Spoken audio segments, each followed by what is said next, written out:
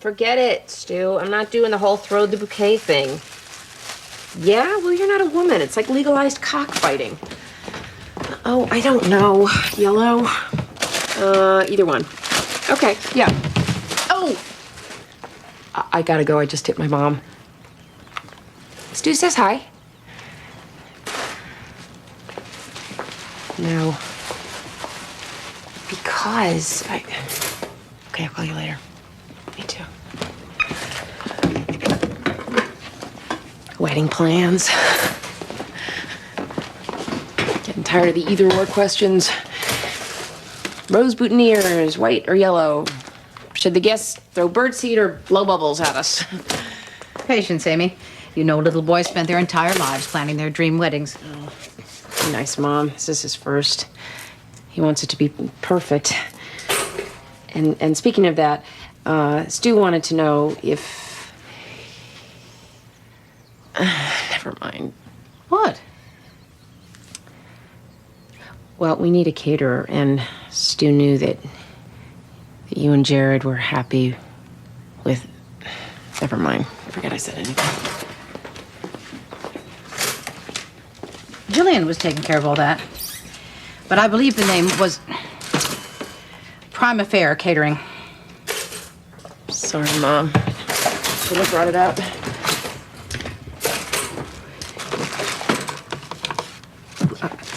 I'm not sensitive about catering, Amy. If it'll keep Stuart from calling every 15 minutes, I'm happy to help. Oh. I hate toast.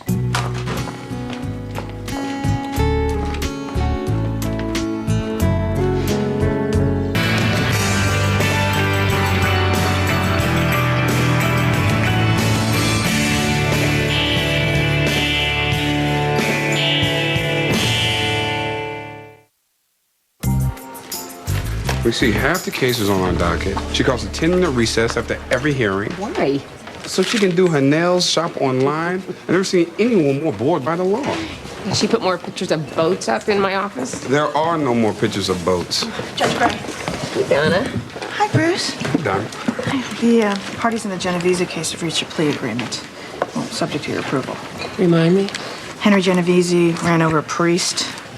Assault with intent to murder, assault with a deadly weapon, reckless endangerment. The Catholic Church can't catch a break these days, huh? Yeah, well, tried 2,000 years. I'll see you back at the office, Judge Gray. Good morning. Hey, Zola. You want to join us? I'm meeting a client soon. Just thought I'd say hi.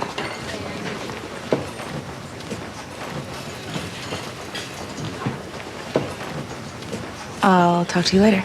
Okay.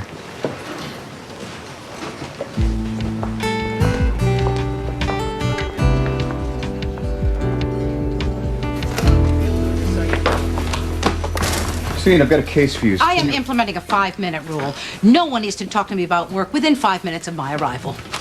You may say good morning. You may offer me a cup of coffee. You may compliment me on my outfit, but under no circumstances are you to hit me with a case the moment I walk in.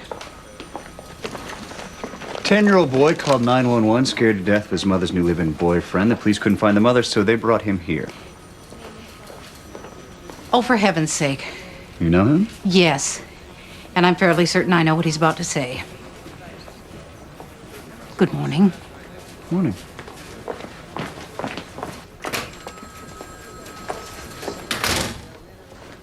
This one's really bad, Mrs. Gray. He yells all the time, and he's big. Has this one hit you? Not yet. Has he threatened to hit you? Sort of. The way he looks at me. It's like he wants to kill me. I'm not lying, Mrs. Gray. He's horrible and he hates me. And he's a drug addict. That's a serious thing to call someone, Avery. But he is. He met my mom in a clinic where they get you off drugs. I'm afraid to go home after school. I'm scared to go to sleep at night. Do I have to wait for him to hurt me before he'll do something? No. Call your mother. I will do as I have done in the past. I will arrange for a home visit, and I will have a little chat with them. Glenn. Yes, this message is for Glenn... Orth. Orth. This is Maxine Gray with the Department of Children and Families. Mr. Orth, I'm going to need some of your time as soon as possible. I thought you two worked out a deal. The state offered to let him plead to assault and battery with a dangerous weapon, recommending probation. Your Honor, against my advice, Mr. Genovese has declined the offer. Why? I want a trial, Your Honor. I strongly advise you to listen to your attorney. He's not my attorney. Since when? Right now. You're firing him? Yes, ma'am. You're fired. Your Honor, Wait. Who's going to represent you? Me. You do realize that if you're convicted of the felony charges, you could be sentenced to state prison? Yeah, I don't care. All right. My chambers.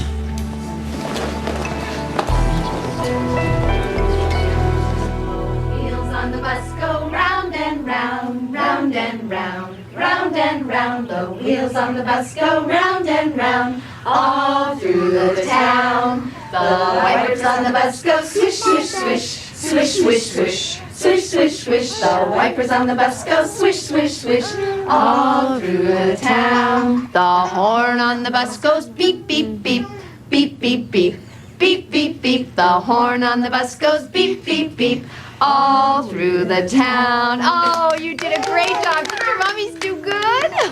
Okay, I'll see you on Friday.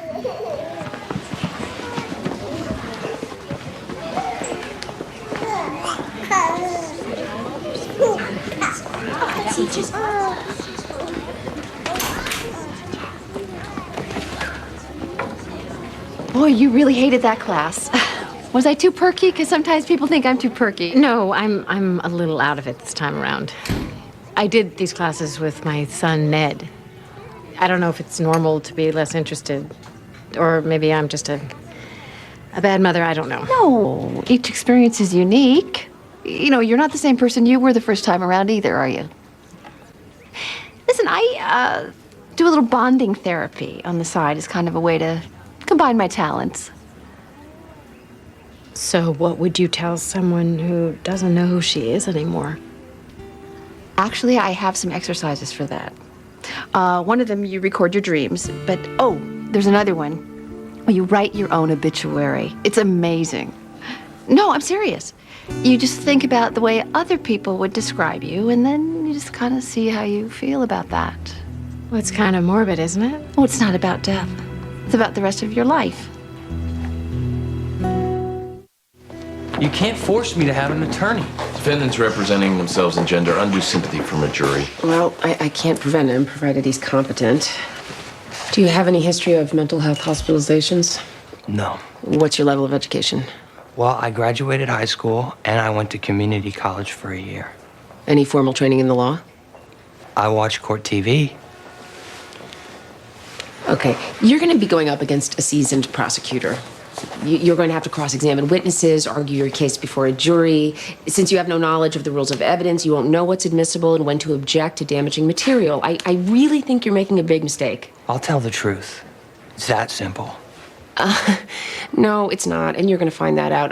I'd like to appoint a lawyer for Mr. Genovese. I won't talk to another lawyer. You're going to be all alone. Well, what else is new?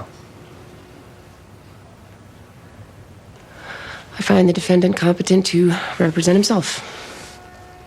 Stubborn and self-destructive, but competent. So make sure Mr. Genovese gets copies of all relevant documents, and the trial will start tomorrow. Thank you, Your Honor.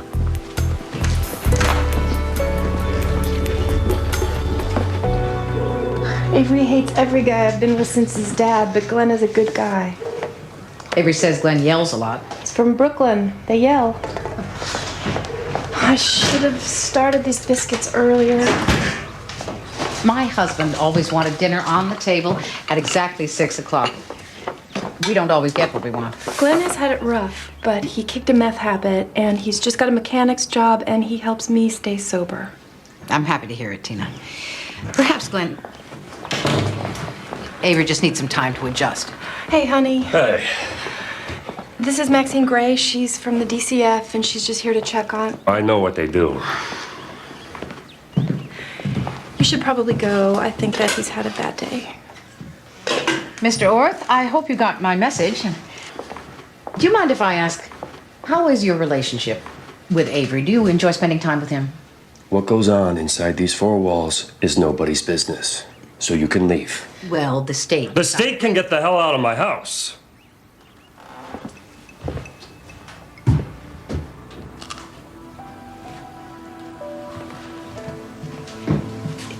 Maxine, please, just go.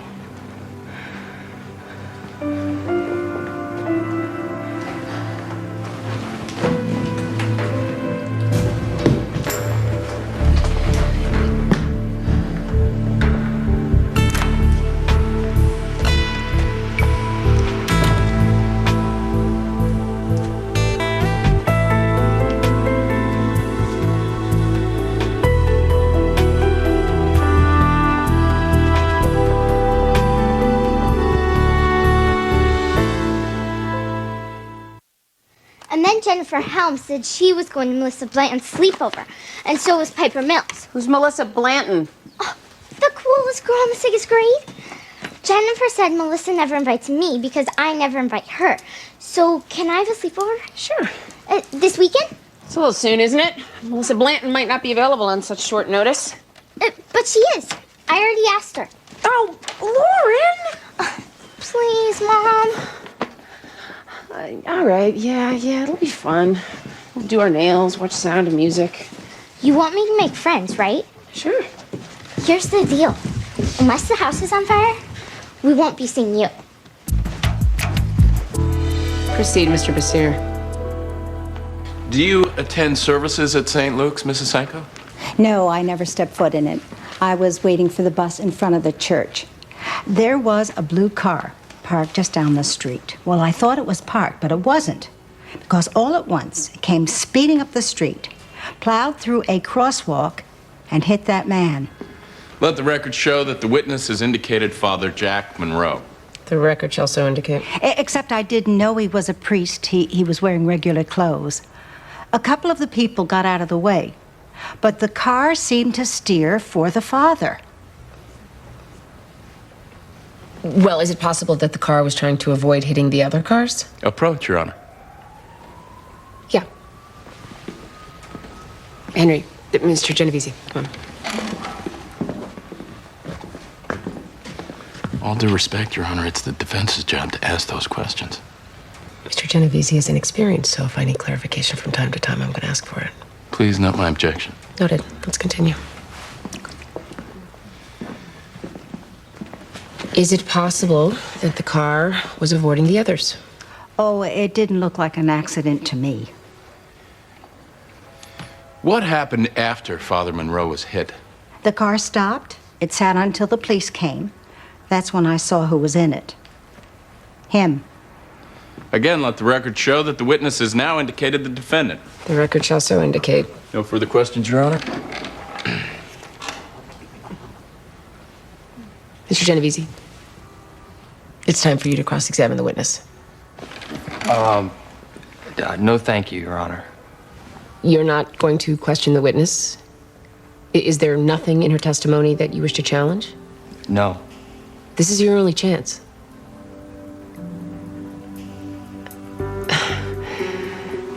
The witness may step down.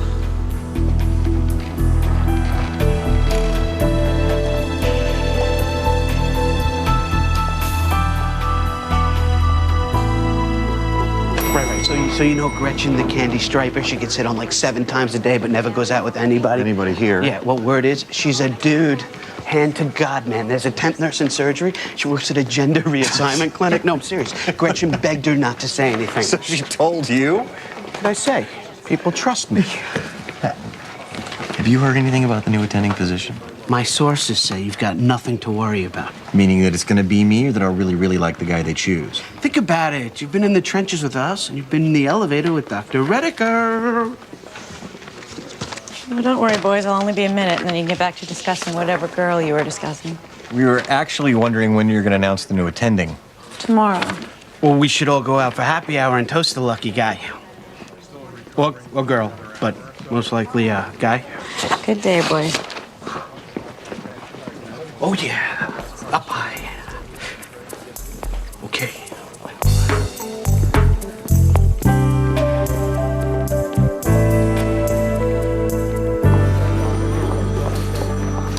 The records you requested on Glenorth.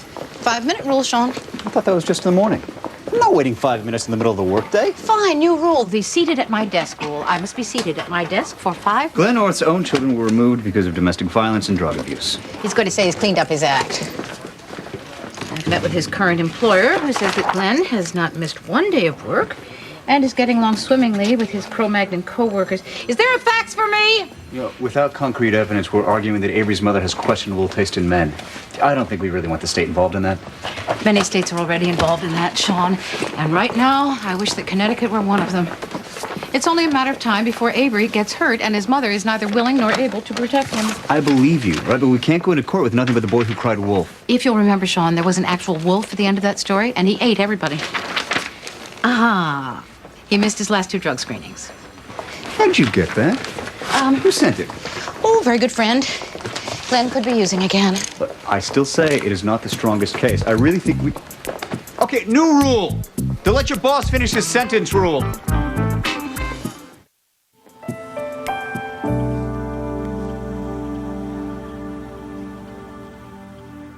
Honey, are you up here? Hey, I'm off to the health food co-op to pick up organic vegetables. It's almost time for Walt to start real baby food, and I know you're going to want to make your own. Well, the stuff in jars is just as good. You're kidding, right? When Ned was little, you insisted on making it from scratch. Well, what are you saying? That I don't love Walt as much as Ned? Of course not. People change and grow. I'm a different person now. Okay, I'll pick up some of the jars. No, forget it. I'll do it.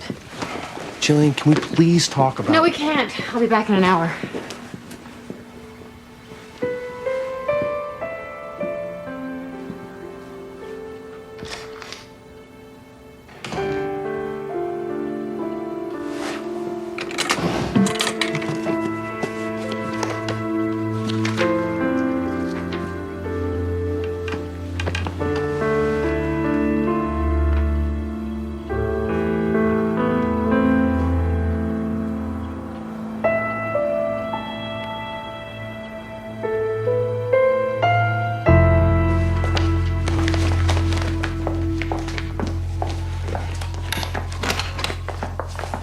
Zola, Hi.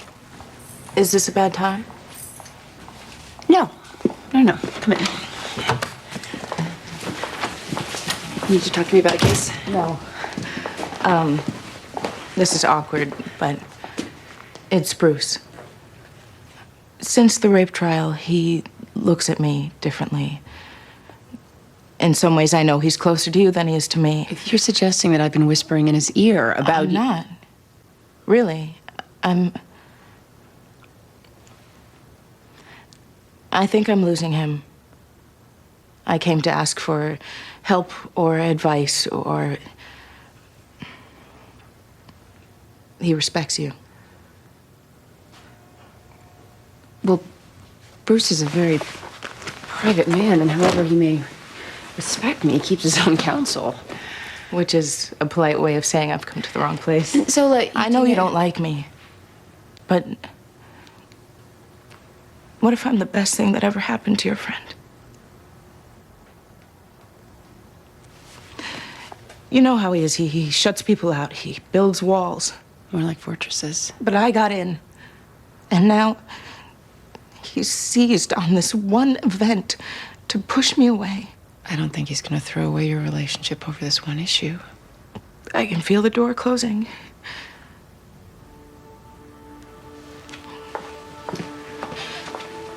Whatever you may think of me, please know that I love Bruce with all of my heart.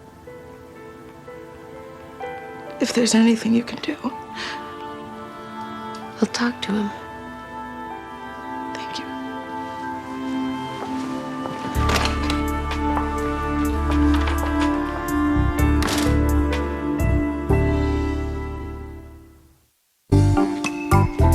Oh, I don't know, Stu. Tell them it's an old family tradition. Oh, okay. I gotta go. Okay, bye. Another wedding crisis? Stu can't decide if he deserves to wear white. You know what, Mom? You're really going to have to help me out here. I don't know whether to include you in the wedding plans or never bring them up. Well, that explains why you stop talking whenever I come in the room. I thought for a moment you were planning a surprise party for me. You know what? I don't care what you say. This must be hard on you. I mean, the truth is, if Jared hadn't passed away, Amy, you are getting married and I am not. Don't make an opera out of it. As for plans, include me, don't include me, it's entirely up to you. But believe me, this wedding cannot come soon enough because that will be the day Stu Collins stops ringing the phone off the wall. Okay, for my own edification, do you even like Stu? Do you approve of this wedding? Oh, for heaven's sake, Amy. Be a grown-up.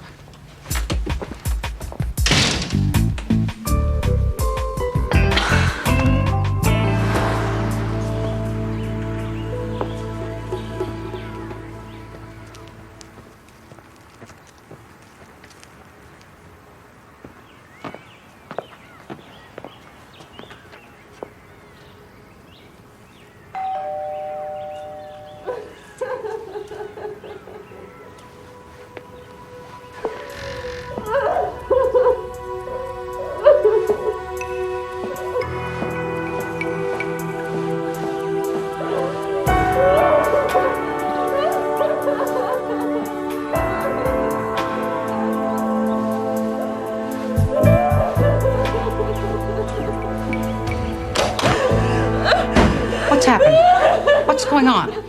Avery, It's Glenn. what did he do? He left. Are you happy now? Tina, I don't... Snooping around his work, talking to his boss. And he left? Why can't you just mind your own business? Glenn isn't perfect. But he kept food on the table and he kept me sober. We could have been happy. Oh, God. It's okay, Mom. I'm here.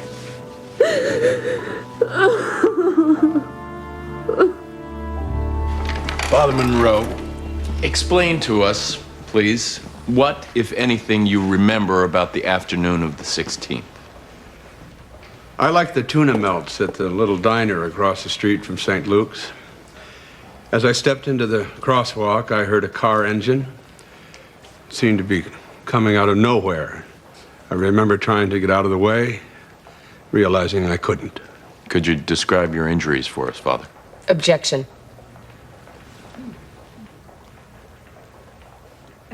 We have his medical records and evidence. Yes, Your Honor. Perhaps he could give a brief summary.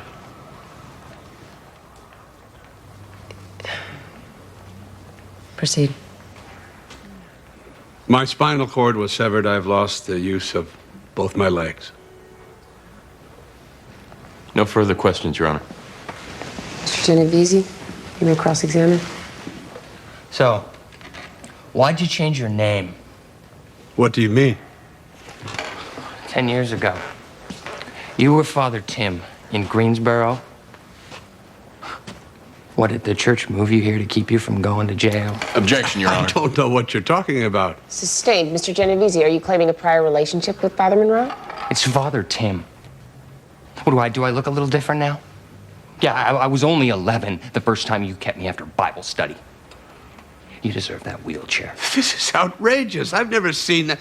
I do not know this man. Your Honor, Mr. Genovese just admitted that he ran over Father Monroe on purpose. I did not hear those words, Mr. Basir. What are you saying? You know, I get these nightmares, and I can't even sleep. Objection, Your Honor. He should answer your question. Well, maybe he would have a chance if you sat down and let him. Be careful, Mr. Genovese. Watch what you are saying. I don't see my family anymore. So I moved here like 3 months ago, a clean slate. And I was doing really good too. I thought, this is a new town. It's a new church. Maybe I can go back. So I went to St. Luke's, and there he was, saying Mass. Father Tim. Well, I knew right then I had to do something. I didn't know what, but I knew I had to at least let you know that I was watching you. So the next day I went and I waited out front of the church, and when he came out, I didn't even think. I just sped up. I was 11 and you were a priest. Your Honor, No, wait. 10 years ago, I was in Salisbury, England, getting my doctorate. I came back to the United States 2 years ago. Father, you know... I wasn't even in the country. He has a tattoo. He has a tattoo on his right arm. It's of a Roman cross. Show them. Show them. No, Father, do Show them not your tattoo. show us. Objection, Your Father, you Honor. have been instructed to disregard It wasn't me. You had that tattoo removed. Oh, Mr. He Genovese, had please. it removed. People do that all the time. You told my parents to punish me Mr. for Genovese, lying. stop And I can say, talking. no, I will no, have How would you I know he removed. has a tattoo? And Father Martin was there Mr. every Genovese, single please. Wednesday when you let the Your other Honor, go Mr. home. Genovese, And you let, and I stop prayed him to say talking. something. I prayed and he never did. Your Honor. My parents don't believe me. My own parents don't believe me. Well, I believe you. It just wasn't me.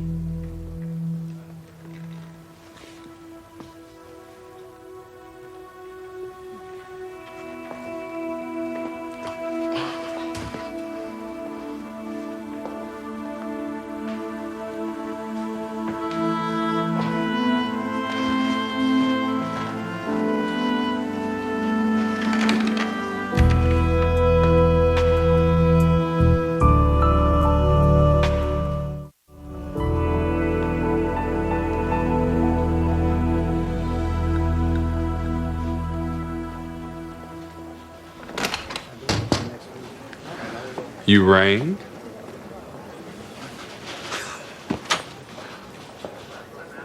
Why did you let me take this job? I heard. Rough session, huh? It was so horrible. I should never have let the jury hear any of it. So? Why did you? I don't know. Maybe I'm not cut out for this. My fault. I shouldn't let you take this job.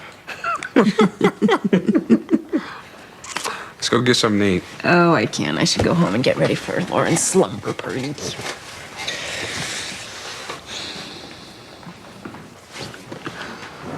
Why did you call?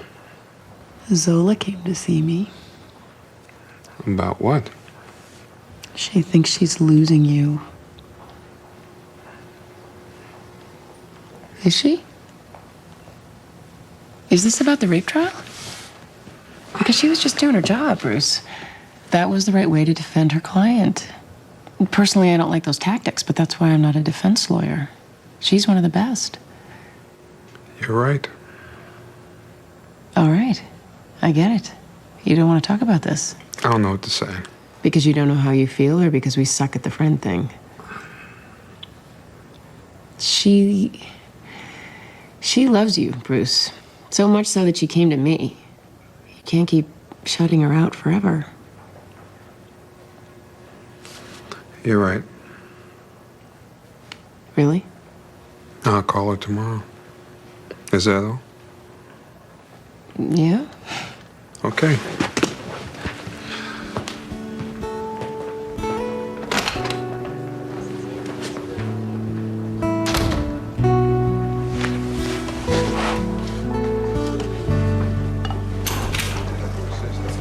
Don't drink that sweet. Let me go downstairs and get his cappuccinos from the cart guy. This'll do. Bet Sloan Kettering has a cart guy stationed right in the doctor's lounge, and a massage therapist, and supplies that were manufactured after World War II. It's not going to be you, Kyle.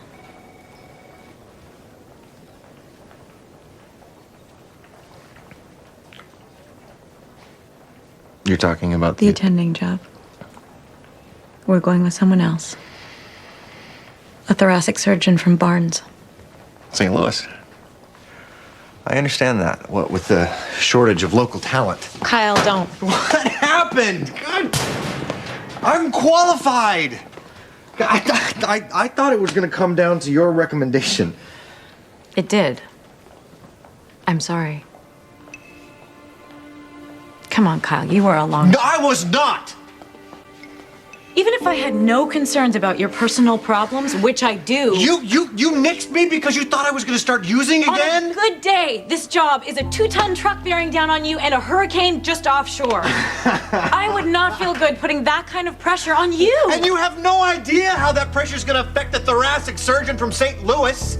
I'm being penalized because you know me. I think I did the right thing. You always do.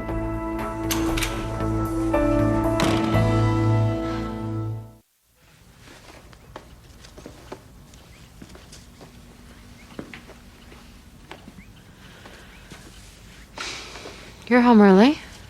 How are you feeling? Came home early to ask me that? You seem depressed. I'm not depressed. Well, you seem that way, and, you won't talk to me about it.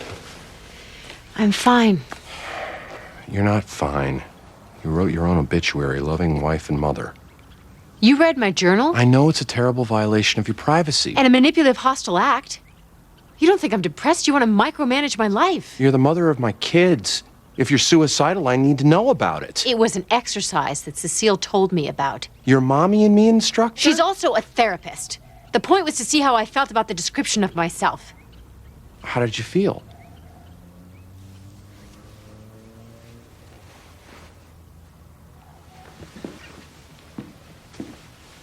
Jillian, you're a wonderful person and a great wife and an amazing mother, and you took those art classes and you were really good. Oh.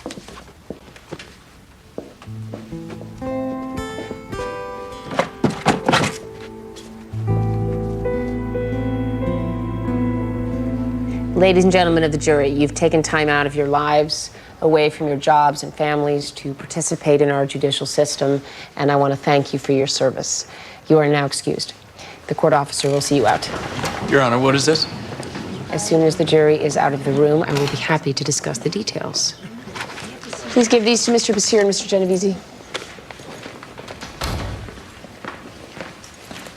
Let the record show that this morning I ordered Mr. Genovese evaluated by a court clinician to determine if he suffers from a psychological disorder and is therefore unfit to represent himself. You ruled on that issue, Your Honor. Yes, but after yesterday's outburst, I felt that I didn't have all the information.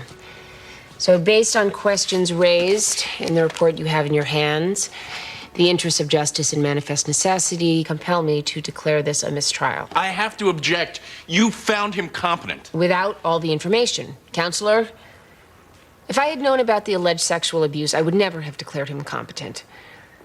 As it is, he has not received a proper defense, and I am appointing a lawyer to counsel him and hopefully represent him in a new trial. No, I did it. I should be punished. That's for a jury to determine. I don't want another trial. Well, you don't get a say. All due respect, Your Honor, you have protected him throughout this entire proceeding. Thank you. We're done here.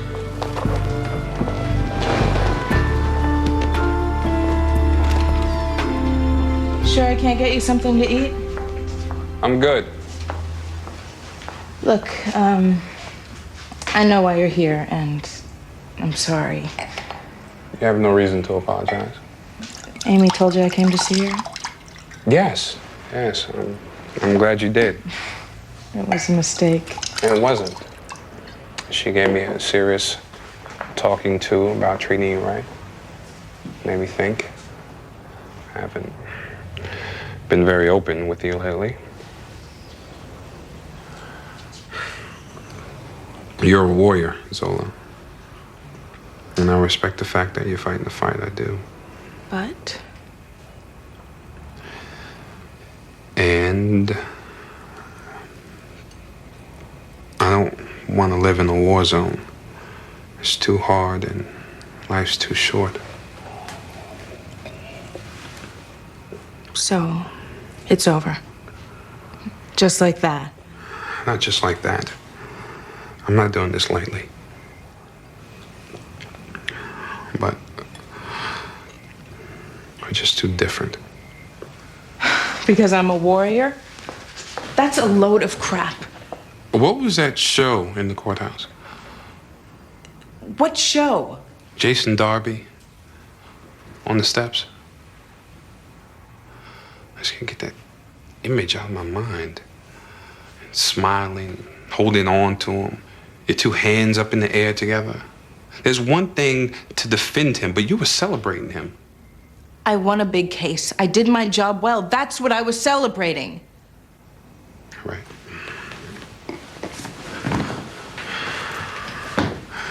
It was about the win. Can't we just get past this? It was one moment. That's who you are. Must be nice to get it right every time. What's it like up there? I'm sorry. It's who I am.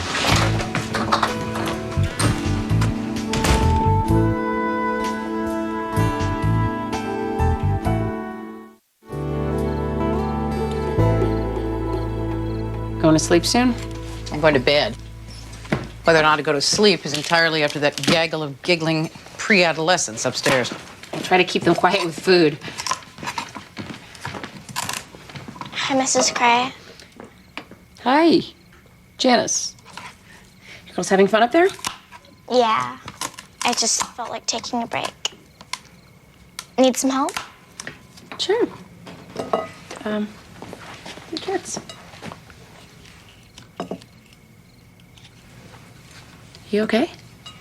Yeah, I just had a rough day. Me too. Oh, I'll go call him. Should I call him? No. Hey. Oh. Yeah, like dear skater boy, you have terrible taste in girls. And Janice Witherspoon is a total dork. I thought she was your friend. You thought wrong. Tell him about the pillow. Okay. She brought a Winnie the Pooh pillow to the sleepover. Oh, and she still wets the bed. I think she still wets the bed. What's going on? Lauren? We're just IMing some friends. I heard. I came up to tell you that Janice isn't having a very good time, but I guess you already know that. Chill, Mrs. Gray. We're just playing around.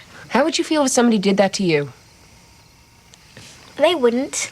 I'm not a geek.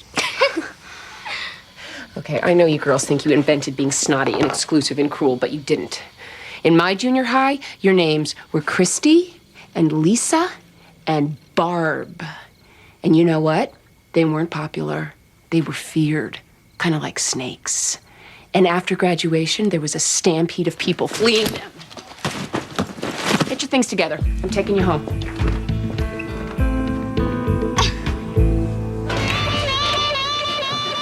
I could be a shipping clerk. Yes, you could. You look very cute in those little brown shorts. No, you're thinking about delivery. I wouldn't do that. I would be the clerk. Oh. Like, it would not be an attending physician job, but it would pay the bills. And I wouldn't have to worry about anybody stabbing me in the back. Do you really think that Arnie, the guy who puts the stuff in the boxes, is gonna come try to undermine me at my little desk job? What if he always dreamed of being a clerk and you waltzed in and get the job? Arnie could be trouble.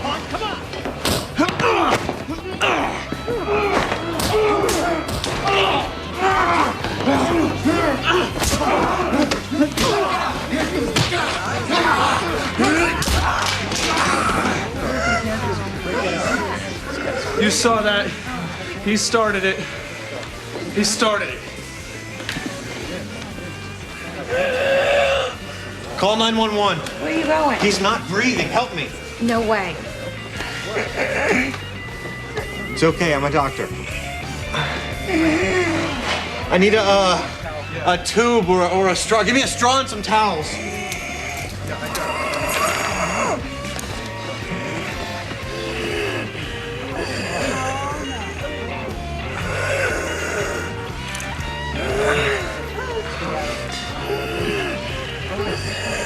That's it. You're doing great, man.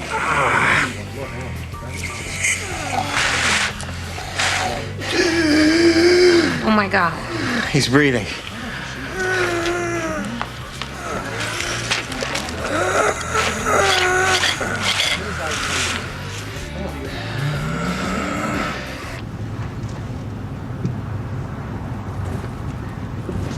Don't act like this is my fault. This night could have turned out very differently. I didn't do anything. Well, you should have.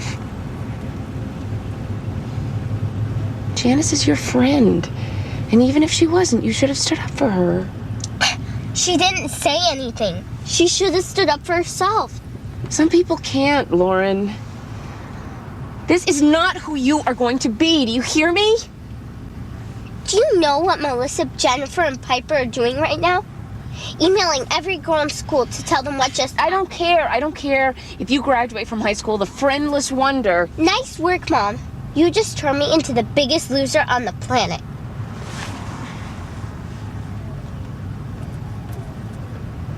Watch your back.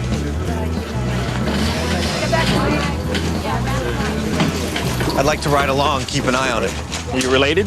No, I'm a doctor. I did the tracheotomy. Then we didn't have this conversation. You saved him, you went home, I didn't even get your name. Like you said, I saved him. And you're also drunk 8 different ways, which means you're a lawsuit waiting to happen, Doc. Now I'm cutting you a break. Go.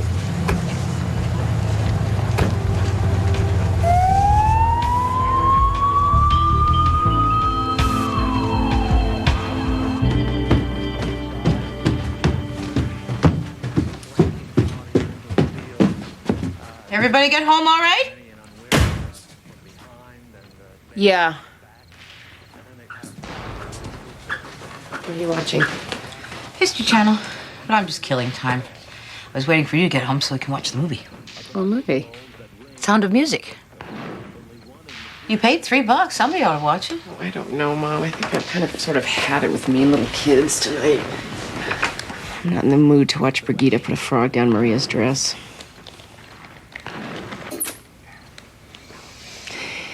So I ruined Lauren's life because Melissa and her cronies will never speak to her again. My daughter hates me. For now. She'll stomp around for a couple days and give the hairy eyeball, but I guarantee you she's relieved. You think? Do you remember that horrible little Barb from your junior high? Oh, yeah.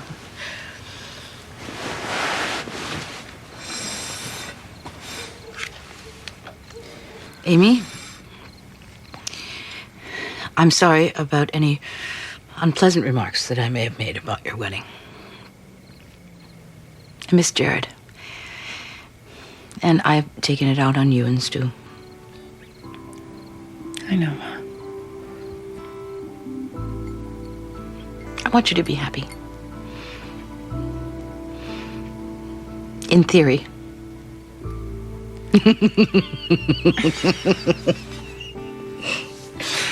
However hard it is for me to hear about yellow roses and throwing bird seeds, and if Stuart Collins is the right man.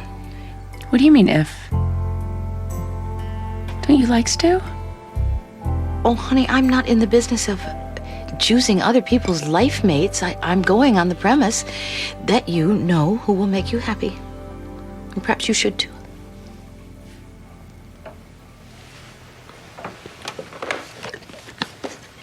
Do you remember what happens after Brigitte puts the frog down Maria's dress? Yeah. There's the scene where Maria goes down to dinner. Mm-hmm. And she sends all those little brats on this massive guilt trip about how mean they've been to her. Yeah. And then the captain can't figure out why all his kids are bawling their eyes out. And Maria just smiles. Well, what do you say we put the movie in, we fast forward to that scene, and we'll just watch it over and over again? I think it's the best idea I've ever heard in my life. Okay. Where's the? Oh, Mom, you always do this. No, let's see. It's someplace. Wait. Oh gosh. Wait. Hold it. Can you get this one here? Yeah. Where's it written only the bride can hire caterers and florists and all that stuff? I'm pretty sure it's written a lot of places. It's only fair. I'm the one who wants a big wedding. I should do the work. He's breathing. Like you said, I saved him. And you're also drunk 8 different ways, which means you're a lawsuit waiting to happen, Doc. Your Honor, we find the defendant, Daniel Hawkins, guilty as charged. You always get this worked up over all your cases? Anything wrong with that? I can't really see you living till 97. I thought it was going to come down to your recommendation. It did. I'm sorry. I'm angry with her because she's the one who gets to live happily ever after in my house.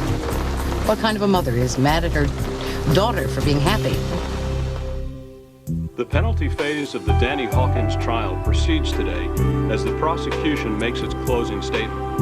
Assistant State's Attorney David McLaren declined to comment on what could be the first death sentence handed down in almost a decade. Anybody home? I'm in the den. Hope I'm not intruding. Never intruding.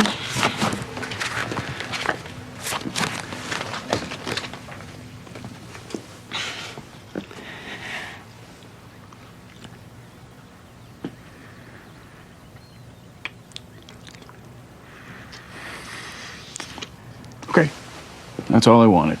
Unless you want to play hooky. For my capital murder case? Yeah, I mean, you were there for the guilt phase. Let someone else have the sentencing. God, that's tempting.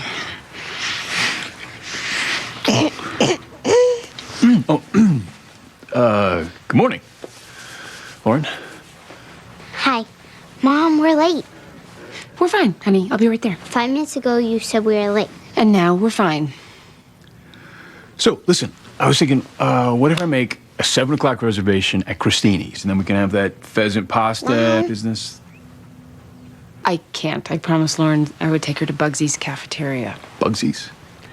I thought the health department shut that place down. Bugsy's is the best. Especially on Wednesdays. We call it the Wednesday Night Weirdos. Oh, yeah, well, I mean, you wouldn't want to miss that, so. Why don't you come with us? Yeah, no, it's probably better as a mother-daughter thing. Wimp. No duh. Hey, all right, back off. I'll be here with my Aunt Acids at 6:30.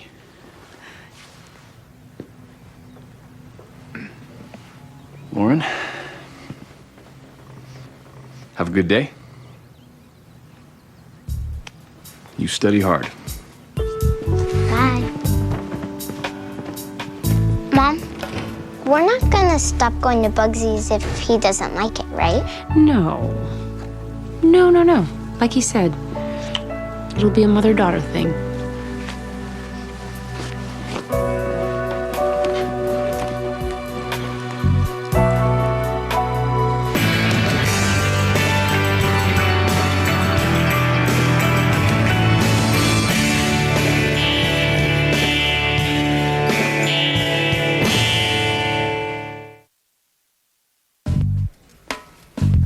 I was hoping we could skip the bridesmaids' luncheon. I was hoping we could skip that too. Donna, I know that the mother of the bride is supposed to be in charge of these types of events, but the bride is supposed to be 22. I have to go, Donna. It's a very, very important man. Just showed up. Goodbye, Donna.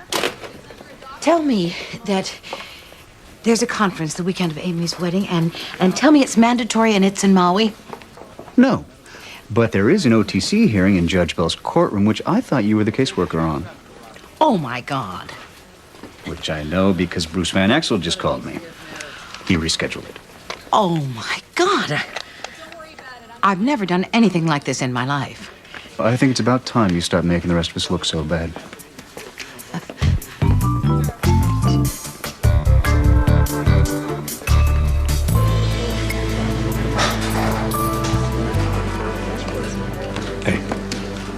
That was nice sharing up there. Sounds so lame, doesn't it? Sharing, it's like we're toddlers. Some of us act like toddlers. Not you, I don't even know you. I'm Todd. Short for toddler. Kyle, and thanks, but I already have a sponsor. Yeah, after hearing your little story, I'd say he's doing a pretty lousy job. Drunken tracheotomy? Wow. Hey, I'm kidding. Come on. We all fall now and then. How long? 8 years in. 8 years sober. So you started drinking as a toddler? Almost, yeah. I had my first drink when I was 14 and first stomach pump at 16. First blackout when I was 18. You always remember the first blackout. Oh, yeah. So you used to be a doctor? No, not used to be. I'm still practicing. Well, hey, you just keep practicing and maybe one day you'll get it right, huh?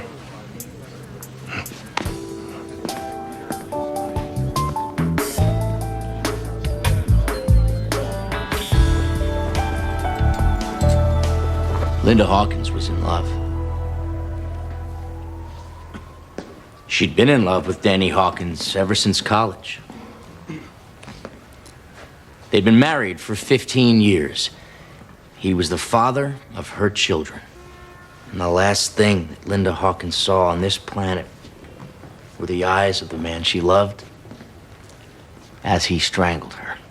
Can you imagine the horror of that moment?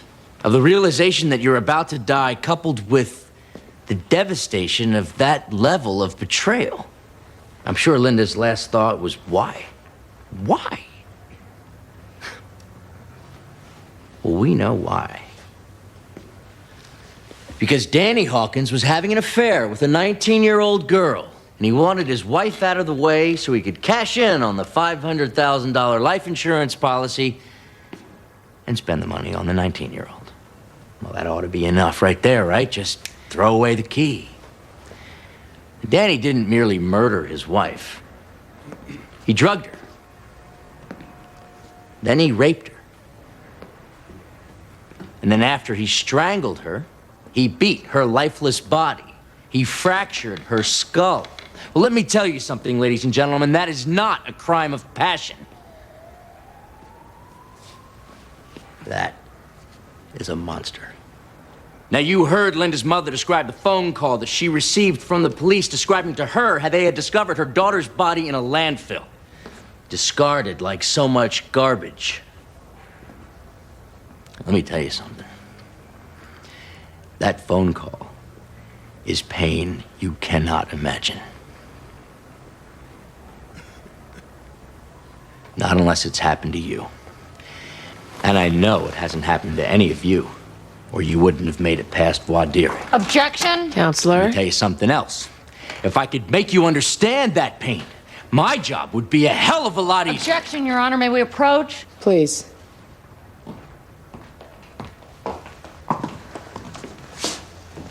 Your Honor, I noticed at least 5 inappropriate personal remarks. Yes, I can count, Miss Dunbar. Mr. McLaren, I'm inclined to agree with her. I'm sorry, Your Honor. The prosecutor, Droid, was unavailable, so the state's attorney's office sent me. And yeah, I get a little cranky when it comes to wife killers. My chambers, please. All right.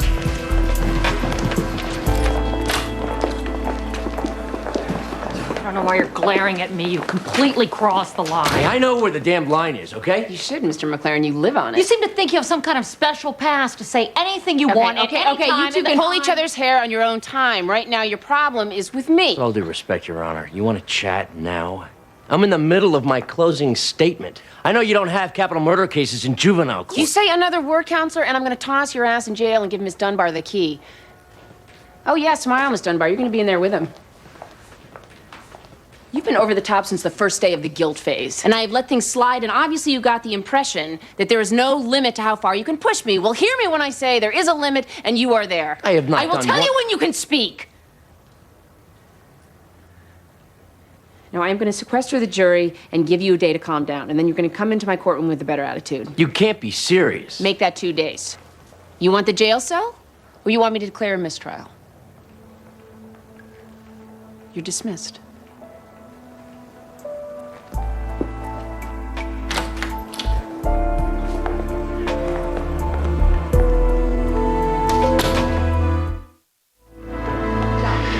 See that perfectly normal-looking mother over there? She wants to pay cash, and she told admitting she doesn't believe in giving information to people with computers. Got my aunt running the Social Security numbers I finally managed to wrench out of her. Well, whatever it is, you're gonna have to deal with it. The new chief of ER showed up early. I'm gonna be busy with him all day and night. What about our dinner date? Oh, not gonna happen. But I made reservations. I bought a tie. Well, you'll have to cancel the reservations, and I assume your tie isn't perishable. Oh, there you are. Dr. Kyle McCarty, meet Dr. Todd Hooper. He's your new boss. You're not what I expected. I'll bet.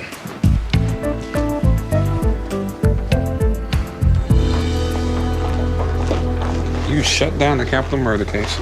Who told you that? Donna, Mike at the metal detector, Glass at the information desk, and 6 people in the elevator. I had a lawyer who needed to take a breath. David McLaren, the only guy in the state's attorney's office with a perfect record. And you stopped him in the middle of his closing statement? Mike at the metal detector is welcome to my job if he doesn't like the way I'm doing it. You shut McLaren down in the middle of his closing statement? I knew I loved you. I'll see you later. Stu? Do you think we kill him to ever say, like, hello, Stu, or goodbye, Just Stu? give him a little time. He'll thaw out. You jazzed about dinner at Bugsy's? You know, my throat is feeling a little scratched. Don't even think about it. Judge Gray. Hi, Stu. Hi, Donna. Judge Bromwell called to remind you about the benchmark for dinner tonight. Oh, you're not gonna make me lie, are you? No, Tony will be there. Wow, so I guess Bugsy's is off. Yeah, poor Lauren. Yeah. You could take her. Me? Yeah. Yeah, it'll be great. It'll give you and Lauren some time to get to know each other better. What are we going to talk about? She only has two subjects. Her boyfriend Victor and her hair. Well, I don't know anything about either of those. You like long hair and everything Victor says is brilliant. You'll be fine. I gotta go.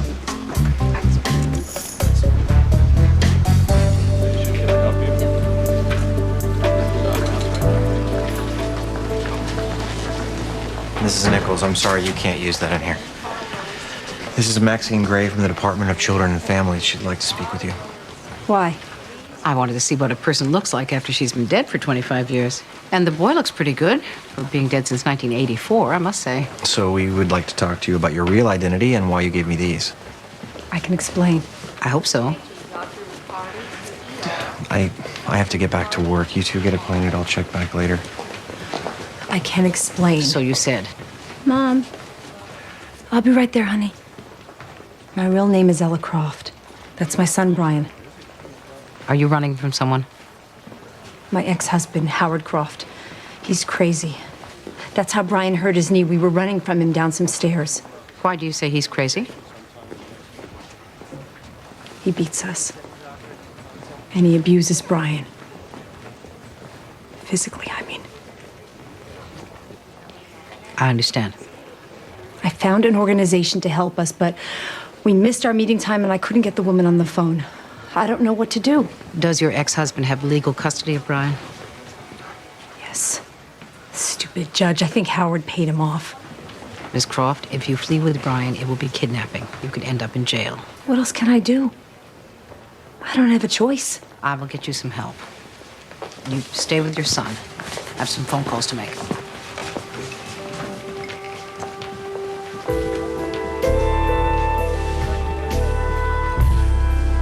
I'm stumped. I don't get it. What's your saturation now? 64%. After 3 treatments? Dr. McCarty, I need help. You'll have to keep Brian Croft here for a couple of hours. With a sprained knee? Well, it might actually be broken, and you have to take x-rays, and then wouldn't you know it, the machine is acting up. It's good for about an hour. Where are they? Oh, hell.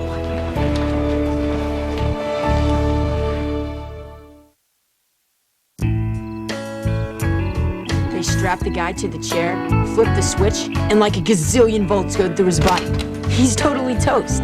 Sometimes the guy's hair catches on fire and smoke comes out of the top of his head. Or even flames. Cool. Not cool. Also not homework. Hi, Mom. Hey, baby. Hi, Victor. What's going on? We're studying for a math test. By discussing executions that have gone wrong. Where's Grandma? Upstairs. I think they should put executions on TV. They could get The Rock to host it. Or they could bring back the guillotine. We could walk to the village with a sack lunch. How was dinner with Stu? We didn't go. Why not? He called and said he had to work late. But it's okay, because we need to study anyway. That's probably my dad.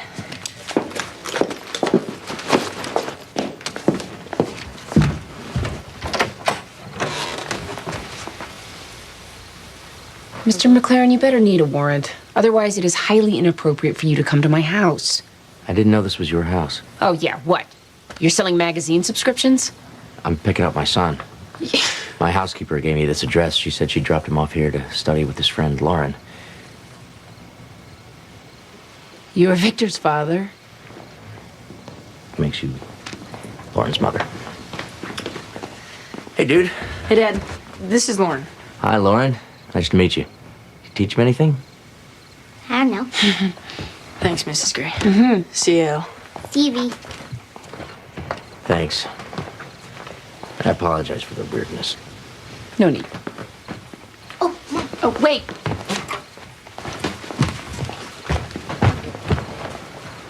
Thank you.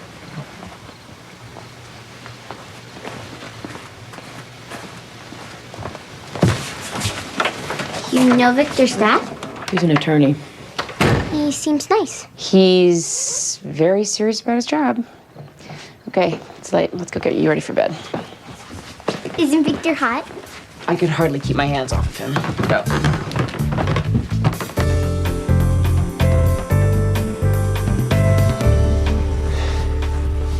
I've got 2 different private investigators on it, in addition to the cops.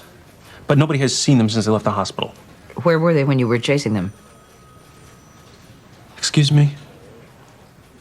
Ellis said that Brian sprained his knee because they were running down some stairs to get away from you. Ms. Gray, the last time I saw them, Monday afternoon, I was standing in my office giving Brian money for pizza because Ellis said she didn't have any cash. And I haven't chased anybody down any stairs since junior high school. Why would she lie? Because she's a nut. Did that escape your attention when you met her? She told you I have custody. Did you ask her why? She's under the impression that you paid off a judge. And that didn't strike you as paranoid? This is a copy of the custody order. As you can read, the judge declared Ella an unfit parent. I argued against visitation. I was afraid she was a flight risk.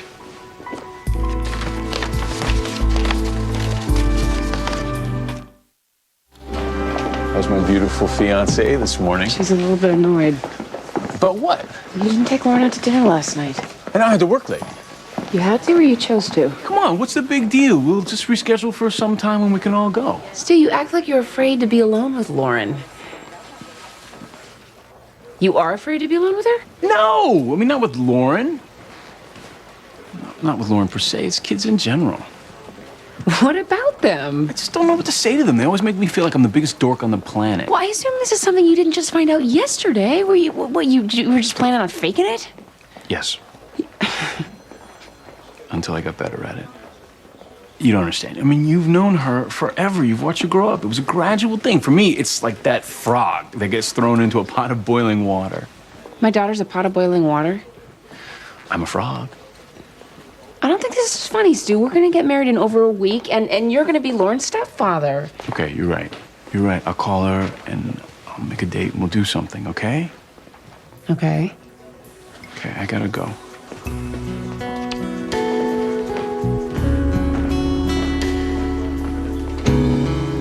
Is there any change? She's not responding to the amoxicillin.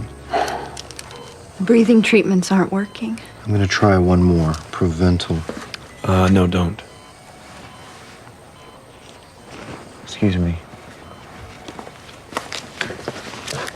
What's going on? Did you see the infiltrates? Yeah. Believe it or not, this isn't my first barbecue. Eosinophil count's 25%. That's too high for asthma. You want better blood oxygen is low? You know, it's odd for me. There's something a little eepy about betting on a patient's condition. Start her on amphotericin B drip immediately. Whoa there, cowboy. Look, I realize you're trying to announce your presence with authority, but that's pretty extreme. You think? I think. Do you know the pain an ampho B drip can cause an adult? She's only 13. What's your diagnosis? She's suffering from some form of acute asthma. No. She's dying. She's got ABA, allergic bronchopulmonary aspergillosis. Yeah, I'm familiar with it, but that's a pretty wild guess. What's my diagnosis? Based on about 30 seconds with the patient. Look, I hate to burst your bubble, Todd, but ABA itself isn't life-threatening. Most of the time. But in children with a history of respiratory problems, it's deadly. So start her on the drip immediately. And hey, call me doctor from now on.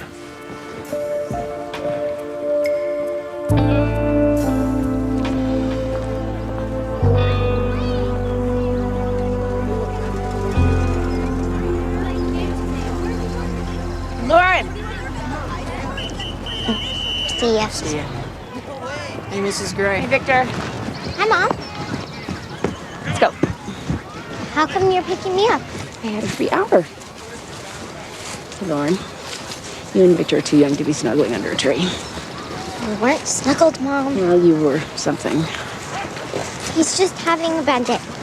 I was trying to cheer him up. Couldn't you give him a stick of gum or make a funny face or something?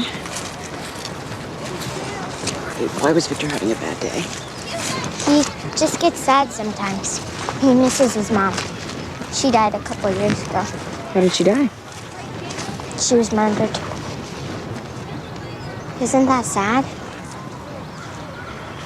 Who murdered her? They don't know. Someone broke in and killed her when she was the only one at home. You know what's really horrible? Victor and his dad were the ones who found her, and there was like blood all over their house. Did they find the guy who did it? No. Victor has nightmares that the guy comes back and kills him or his dad. That's why he has to go to therapy. Isn't that awful? Yes. It is.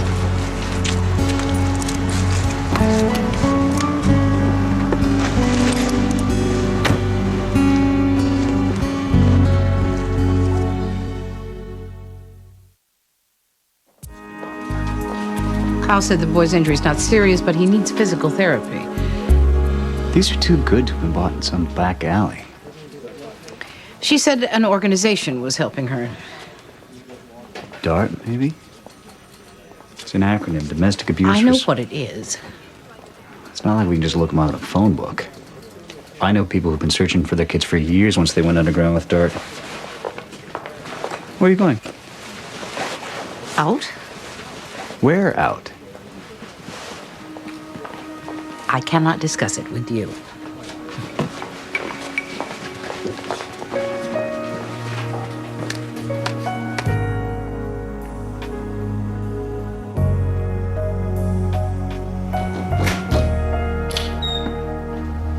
Hi. Hi. You want to go for a coffee with your favorite fiancé? I can't. I have to do this. Come on, 15 minutes. You won't even know you were gone. I really can't. Did you know about David McLaren's wife? Yeah, everybody knows. I didn't know. Right, everybody in criminal knows. We moved here a couple years ago, right after it happened. I mean, I was still in ASA then. Someone in the office heard about it, and I guess it got around. I don't care what kind of tragic past the guy's had. He's still an arrogant jackass. So, I can't talk you into coffee? No. Did you call Lauren? About what? About taking her out. No, I've been swamped, but I will. I really don't ask too many favors. I know, and I'm gonna do it. Are you angry with me about something? No, I'm sorry. I'm just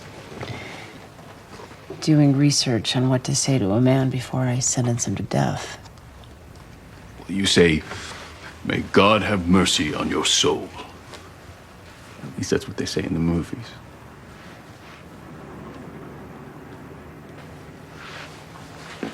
Sweetie, it's not on you. It's on the 12 people in the jury box. Right? Can I get you something from the cafeteria? I'm good. Okay. Well, I'll see you later. And, I'll call Lauren. Good.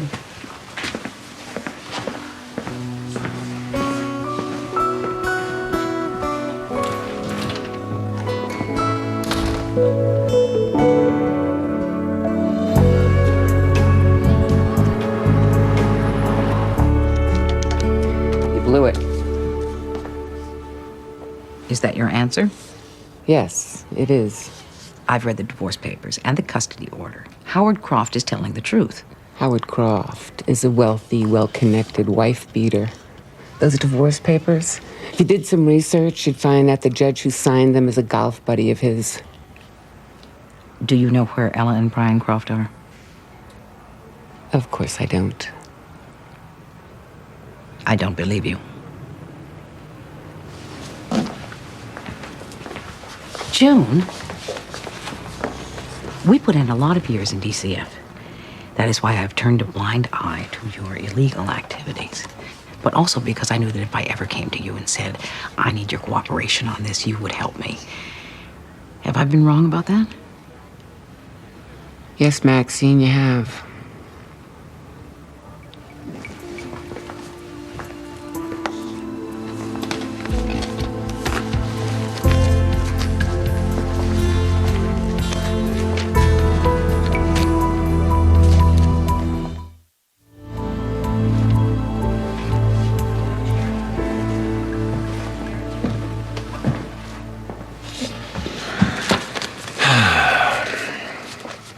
know what you're thinking. You have no idea what I'm thinking.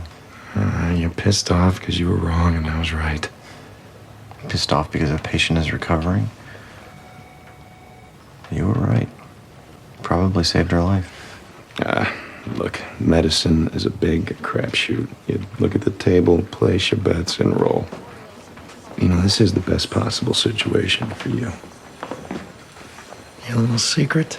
We have the same secret. No, not really. See, I tell everyone that I meet that I'm 8 years sober. I'd be willing to give you 5 to 1 odds you haven't told anyone around here about the drunken tracheotomy. It's enough with the gambling analogy. I can't help it. Pop was a professional gambler. Ooh, stuff to do. Dude, don't you love the hoop? I mean, he got us a whole case of free pens from one of the drug companies, and you know what he said? Ethics be damned. We need more pens. Where's Lily? She's gone. Her shift ended and she bailed. You mean gone? Sloan Kettering bound, my brother. We've got the hoopster now.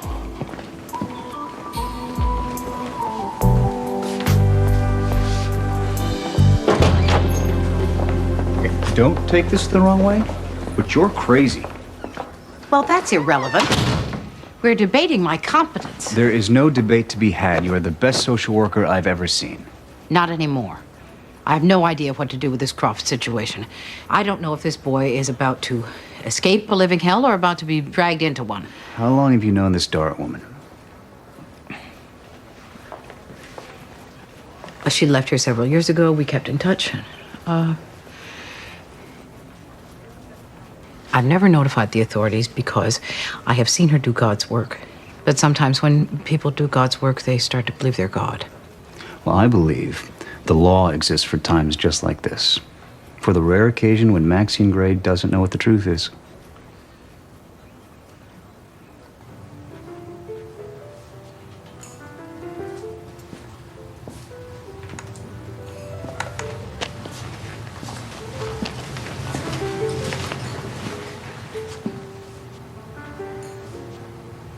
Your office said I'd find you here.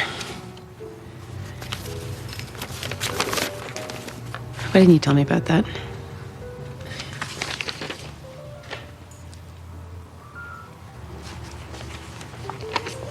I assume while you were investigating my private life, you also discovered that the DNA results cleared me a week later. The point is, why didn't you disclose it to me? That information is available to anyone with a search engine. I don't make it a habit of Googling attorneys. Apparently you do.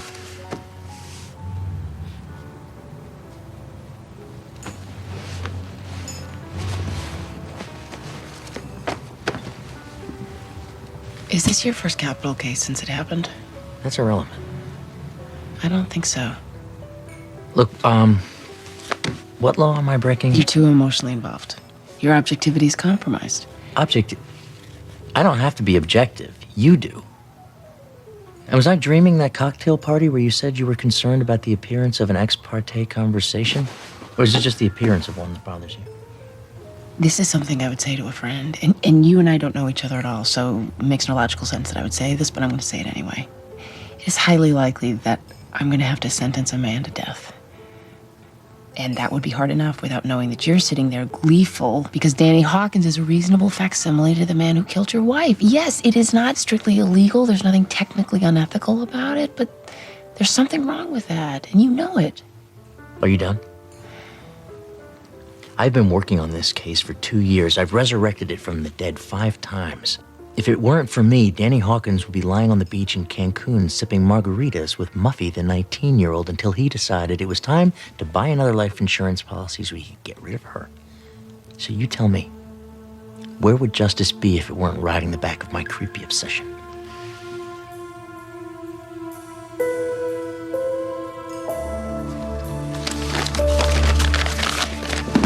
Just because you always win doesn't mean you're always right.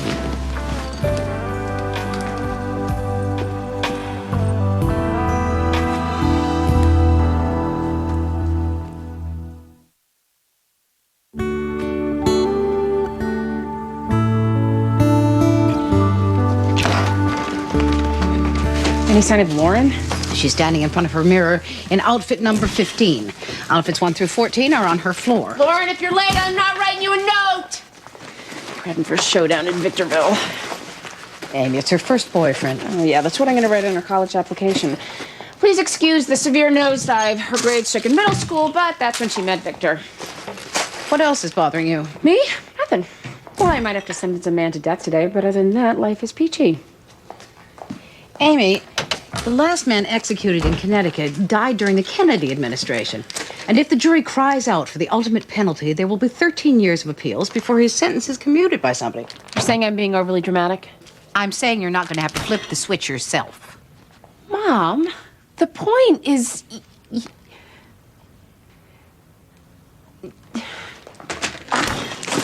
Lauren, I have her backpack and I'm in the car.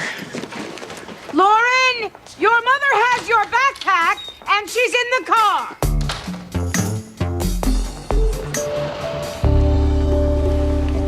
I see everyone is here, and we are back on the record, so we'll pick up where we left off.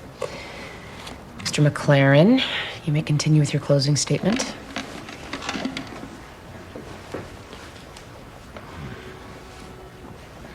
Approach, Your Honor. Yeah.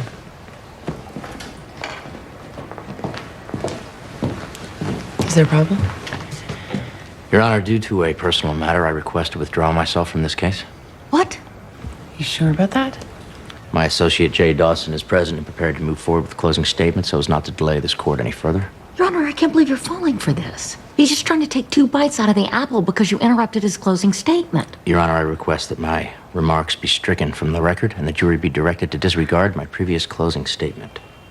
This should address Ms. Dunbar's concerns. Well, it doesn't. Yes, Miss Dunbar, actually, it does. Mr. McLaren, I accept your withdrawal from this case, and we will proceed with Mr. Dawson's closing statement. Thank you.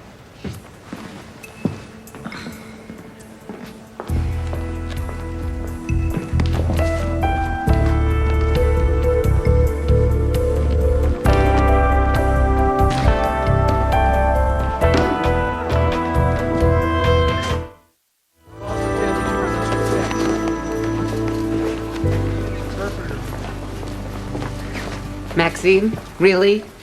This is ridiculous. Agreed. Which is why you need to tell me where they are, or I will call the police and tell them everything I know about you and Dart. That's a world of trouble you don't want. It's not any trouble for me. Where are they?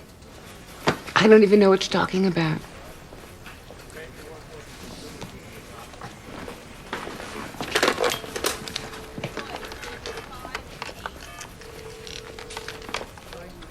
Yes, this is Maxine Gray with DCF. Detective O'Brien, please.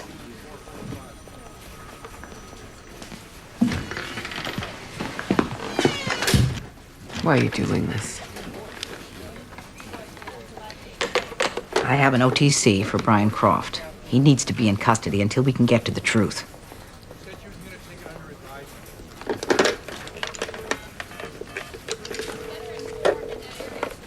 Yes, Maxine Gray. I was holding for Detective O'Brien. I believe we were cut off. They're getting on the 6:30 bus to Newark. Downtown station. Thank you, June. I don't know Detective O'Brien. Neither do I. But he sounds scary, doesn't he?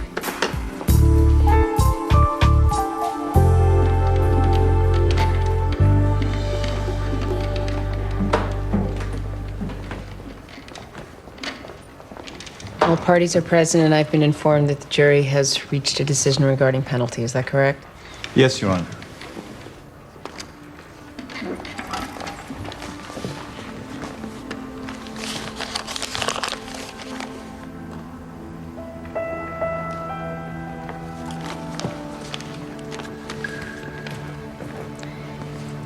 In the matter of the state v. Daniel Hawkins, as to the first-degree murder of Linda Hawkins, what is your finding?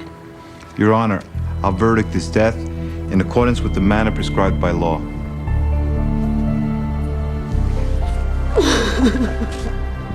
Mr. Hawkins, as Miss Dunbar will explain to you, there will be an automatic appeal.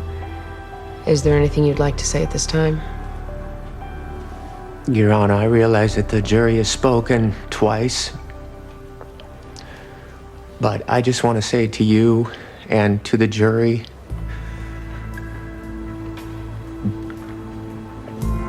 You made a terrible mistake. I'm an innocent man.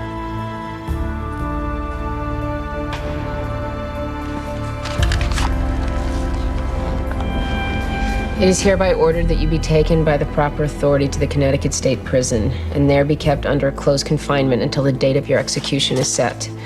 It is further ordered that on such scheduled date you, Daniel Hawkins, be put to death.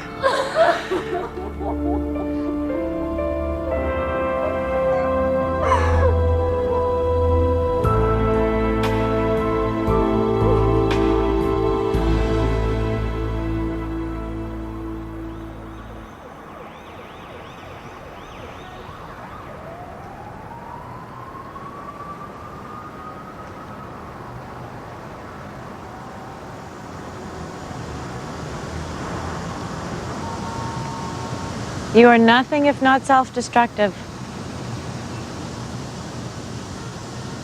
Lloyd said you were already gone.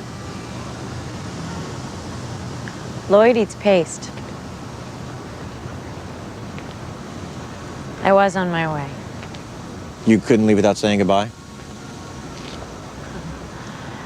But I couldn't leave without saying goodbye. Got off to a great start with my new boss today. So I heard. The difference between me as a drunk and me as a model citizen is marginal. Well, I hear it takes more work than just capping the bottle. Give yourself some time. Who's going to be here to tell me when I'm being an ass? Oh, I'm guessing Todd will enjoy that part of the job.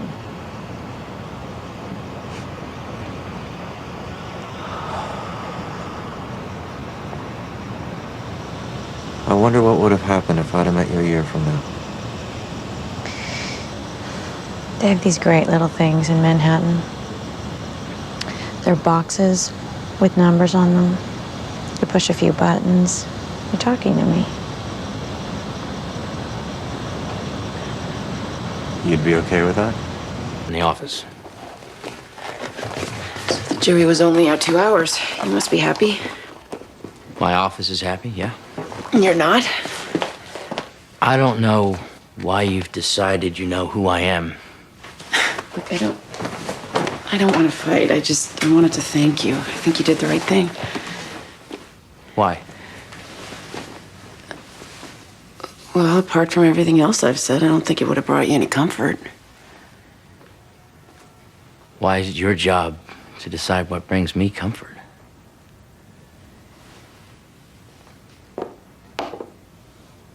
You're a good judge. I respect you. I respect the bench. So it was the right thing to do. But whatever it may or may not have meant to me personally, that's my business. You're right. It is. That's all I wanted to say.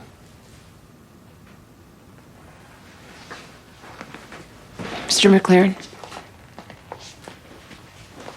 Yeah? I didn't say this before because I was angry, but I'm sorry about your wife. We have a problem. What's in the box? Stu had this delivered to my office. It's what I'm supposed to wear to your wedding.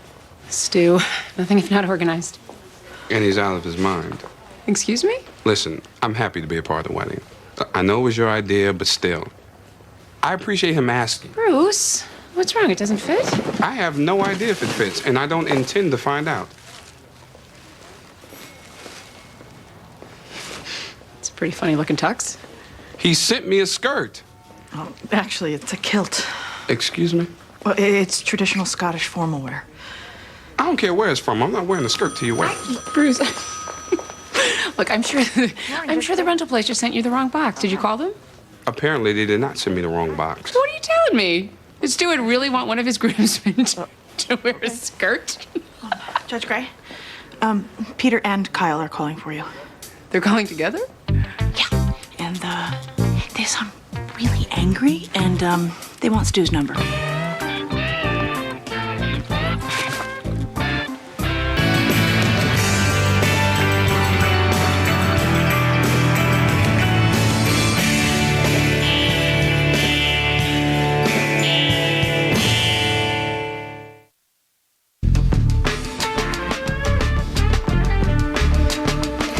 need me here. Which I don't. You are the mother of the bride. You're allowed 2 days off.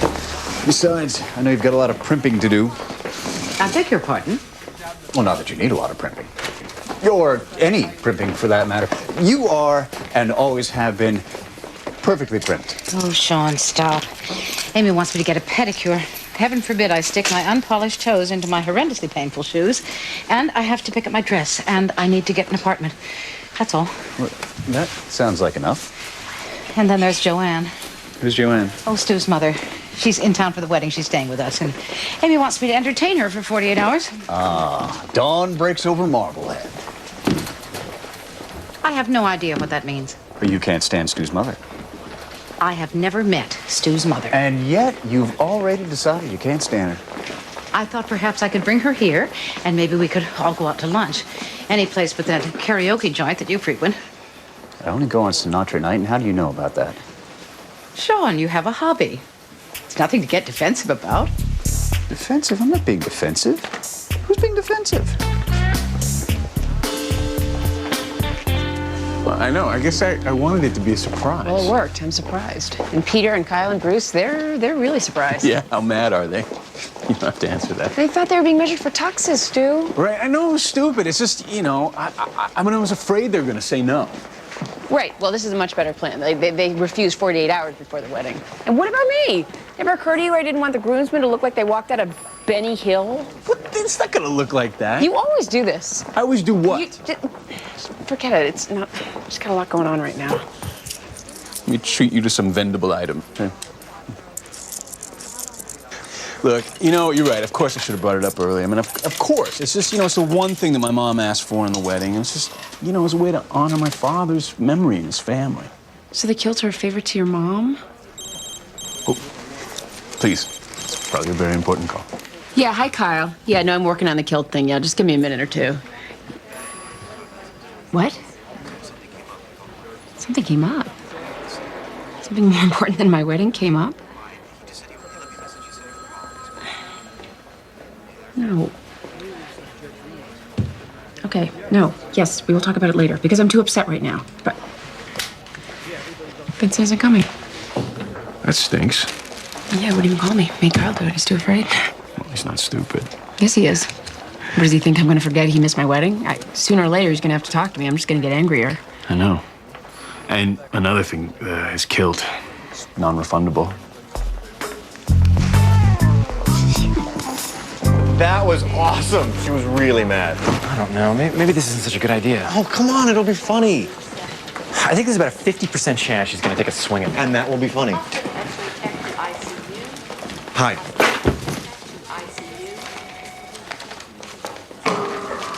There you are. All right, this better be good.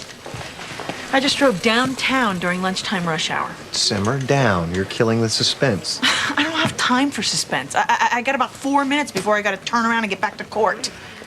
Come out.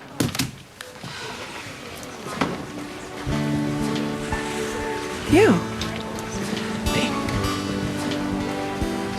You. Oh, I can't believe it. I just got off the cell phone with Judge Gray. She said you couldn't make it. No, we lied. It was his idea. We're going to surprise her. I blew all my money on airfare, so this is kind of like my wedding gift to her.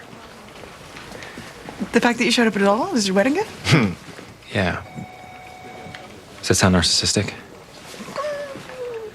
Maybe I ought to call her. Don't you dare. This is going to be great. Or really, really bad. My calendar was cleared. Did you tell them I'm getting married this weekend? I told them all that. And? Apparently, Judge DeWitt's meningitis trumps your wedding. Fine. What are we looking at? Felony murder. Victim was the son of a police officer, so there's a lot of momentum behind it. Jury's been impaneled. State's attorney's office refuses to push it a couple of days. Oh, sorry I'm late. What'd I miss? Nothing much, except Judge DeWitt has meningitis, so we're due in court in 2 minutes to hear her opening statements in a felony murder trial, which needs to be concluded in 47 hours or less if I have any hope of getting married on Saturday. No, really.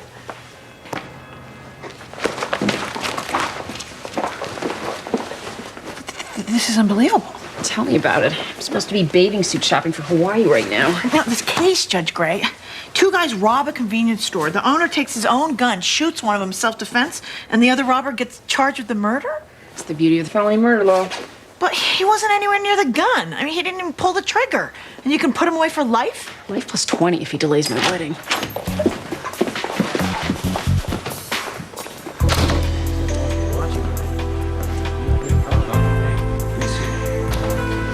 All rise.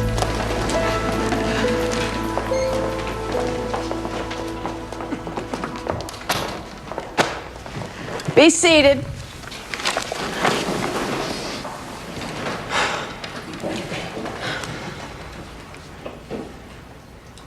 Miss Flowers, please tell me that's not the defendant. Is, Your Honor. That's my felony murder? How old is he? 14. Hold the jury. Lawyers, approach the bench. Judge Gray, Danielle Casey with the state. The ASA's office really appreciates you picking up the slack. What's going on here?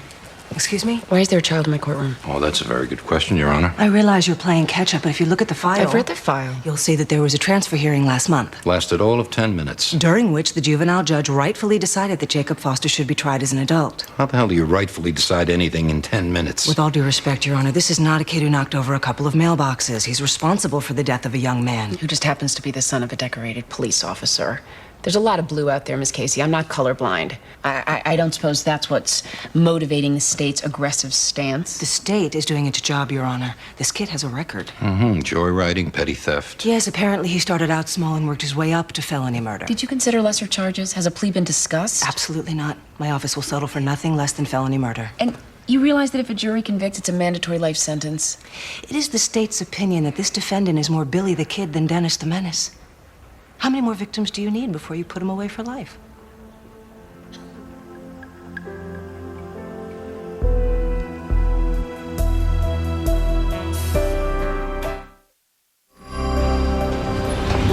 Excuse me?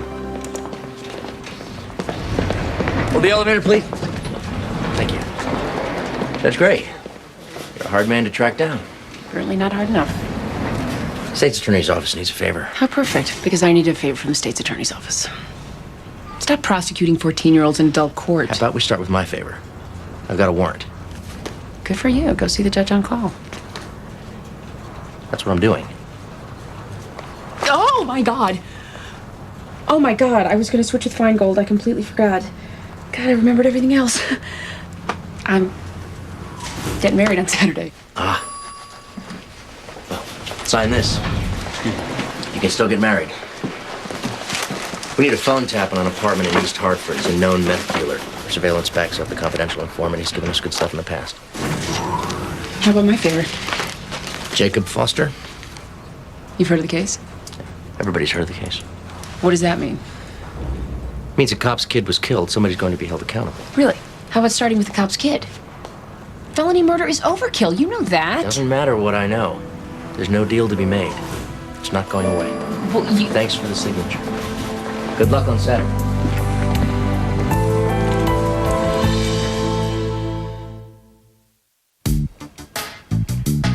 All right, I know you're confused and maybe a little angry, and you're probably wondering what's going on in my head. Not your head, Stu. It's what's going on a little lower that's concerning us. I understand. But you gotta trust me when I tell you that I'm not looking to humiliate anyone. I mean, least of all myself. I think you're too late. Everyone rents tuxedos for their grooms. I mean, there's nothing meaningful, there's nothing memorable about tuxedos at a wedding. Oh, gosh, Stu, if memorable is what you're going for, you should just have us all walk down the aisle naked. Nobody would forget that. I just want to know what I'm supposed to put in my purse. Okay. Before you guys reject this out of hand, let's at least get the terminology right. That is a speron. And this is not a skirt, it's a kilt. And the pattern, it's not arbitrary. It's the Collins family tartan. There's a rich history behind this kilt. Easy there, Tiger. Don't go showing us behind the kilt. Okay. The deal was, if we put on the kilts and saw the entire look, you would let us wear tuxes if we were still unhappy. Yes, that was the still deal. unhappy. You guys, okay, you don't understand the emotion of this kind of ceremony. I mean, have any of you actually been to a Scottish wedding? I saw Braveheart. Okay. All right, Stu, you know what? You can stop selling. I'm in, okay? Here it is, guys. This is my sister's wedding, our sister's wedding, and if Amy wants us to wear kilts, then we'll wear kilts. She does want us to wear kilts, doesn't she? She will. In your statement, you said it looked like the defendant and his accomplice were up to something. What made you think that? I guess it was the way they were whispering to each other when they walked in. The blonde-headed boy nudged this kid here, and then he went to the back of the store. By blonde-haired boy, you are referring to Alvin Withers, correct? Yes. The kid you shot and killed. Your Honor. Just clarifying for the jury, Your Honor. Well, don't do that again. We clear? What happened next? Then I heard a shout at the back of the store. Did you run back there to investigate? I took a look back there, but then the blonde-headed kid, Alvin, I noticed him reaching for my register. It was a scam. I told him to back away from the counter. And what happened then? That's when he pulled his gun. I carry a pistol under my counter, permanent and everything. He shot. I can't believe he missed me, but he did. What did you do then, Mr. Halloran? I shot back. Nothing further, Your Honor. Mr. Barr? When Alvin Withers pulled out his gun, where was the defendant? I think he was still in the back. Where he wouldn't have been able to see what was going on. I guess not. And when you shot Alvin Withers, what did the defendant do? He took off. He ran. I think he was scared. Yes, I guess he was. Nothing further, Your Honor.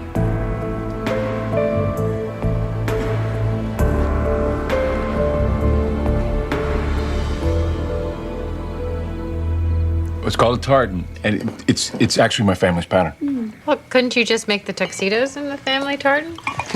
Yeah, it's not the same thing. The truth is, Stu just really wanted to see our legs. Only yours. Hey, Mom, how was the apartment? Did you sign a lease? I could not run away fast enough. What was wrong with this one, Grandma? Words cannot describe. I thought it was lovely. It was a storage bin with windows. It had a lot of light. Along with a perfectly hideous next-door neighbor named Eleanor. I think she comes with the apartment. Mom, you're running out of time here. What are you going to do? Perhaps I can just move in with you. Is she kidding? Tell me she's kidding. I'd like to propose a toast. Okay, somebody stop her. She's not so good at toast. Stop it. I took a public speaking class. Let me do this. To the happy couple, Stu and Amy. Amy. Maxine. I know you've all been through this before, but... Mom? It's all very new to us. To Stuart's first marriage. What did she just say? Oh, God. That came out wrong.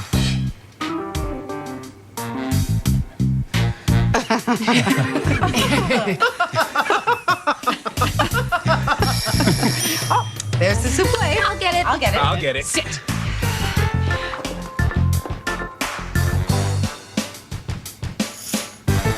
Stay tuned for more program information. All right, your choice? Behind the Music Marathon or ooh, Best of Taxi Cab Confessions. I don't believe you. When did you get cable? It just showed up one day. I lived with you for, 2 years, and you refused to get cable on moral grounds? Yeah, well, there's been a lot of moral slippage around here since you left. I'll get the popcorn. I got it.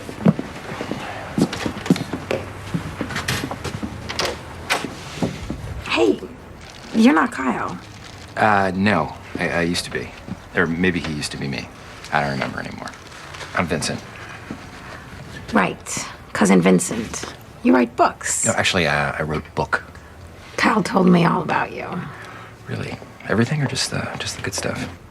The truth? It's kind of half and half.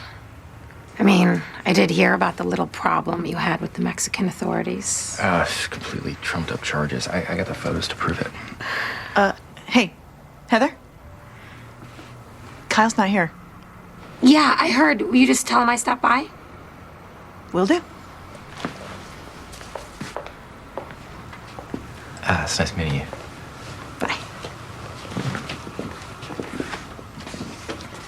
What was that? What? You're flirting. I was talking. Talking with intent. That's flirting. Carol's not with you, and you were flirting with Heather.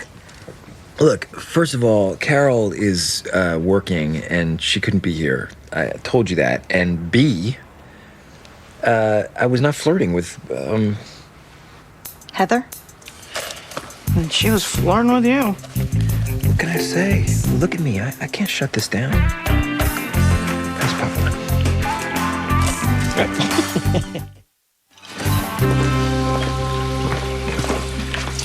Are you all right? Yeah, why? Just, I don't know, you seem preoccupied. You're upset about my mom's toast, right? She doesn't mean it. I know.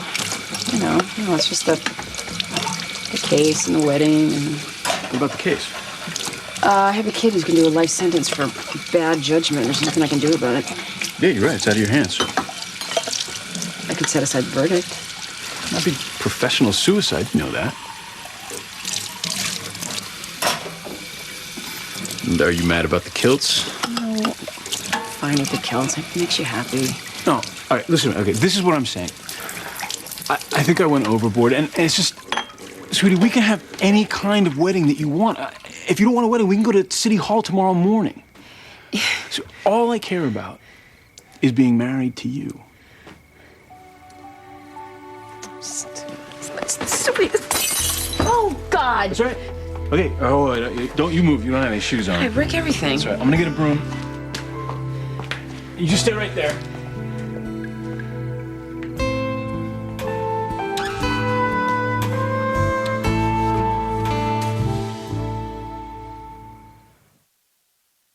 I don't know, Amy. He just said that he couldn't talk about it, and that when he got back into the country, he would call you and explain everything. Okay. Okay, well, if I hear from him, I will. Okay. See you then. Bye. If you call me, I'm supposed to tell you that she's not speaking. A small price to pay to keep from wearing a skirt. Maybe I really will miss this wedding. Because now we have to figure out how and when to present you. This is just in. I'm not popping out of anything wearing a kilt.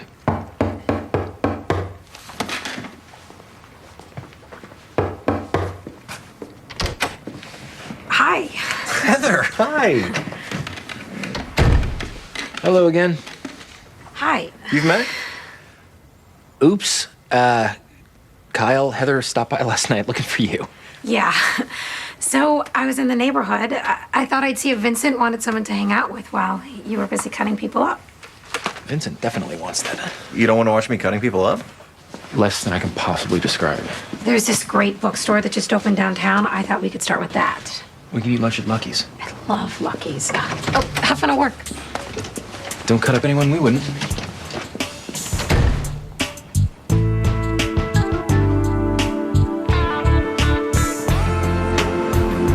So who came up with the plan to rob the store? Alvin. He's a liar. Mr. Withers, please. Don't let him put that on my boy. I don't want to have to clear the courtroom, Miss Casey, but I will. It won't happen again, Your Honor. Continue, Mr. Barr. Thank you, Your Honor. And so what was Alvin's plan? We'd go in, we'd split up. I'd pretend to burn myself on the steam tray for the hot dogs. When the cashier came to check out what was going on, Alvin would grab the money and then we'd both run. So what went wrong with Alvin's plan? First of all, the guy barely even looked up from his magazine. And then Alvin just pulled out the gun. And then the guy pulled his own gun, and then, I don't know, suddenly, everyone was shooting. Did you know going in that Alvin had a gun? Yeah, but he said it wasn't loaded, said it didn't need to be loaded, that it would scare the guy enough. Nothing further, Your Honor. Cross, Your Honor? How did you know that the gun wasn't loaded? Alvin told me. But you never bothered to check it or ask him to show you. No. Because you didn't care, right? So what if someone ended up dead because of your little plan? It wasn't my plan. I wouldn't have gone if I knew that somebody might get hurt. Alvin was my friend. Why would I want him to get hurt?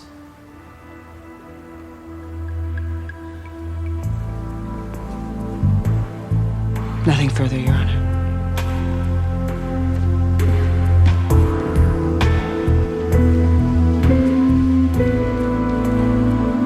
We're going to have to forego Fancy because Fancy means slow, and I have to see another apartment at 3 o'clock. Well, anything with valet parking and a liquor license will get my vote.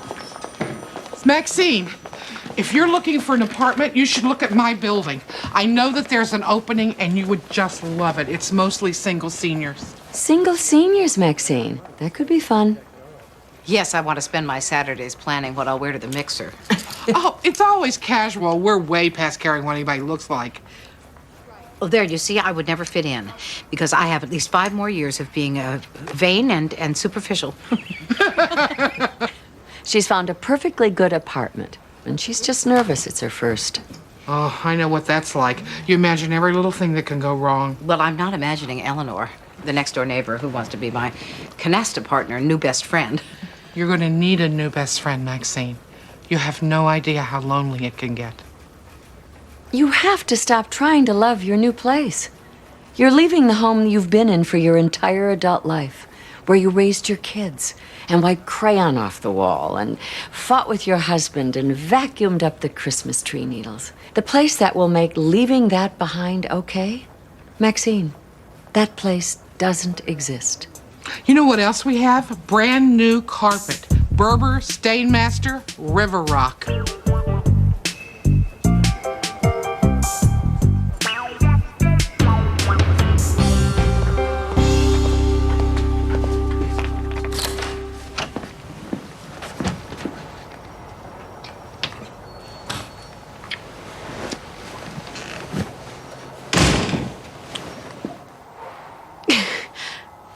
We thought you were at work. I can see that.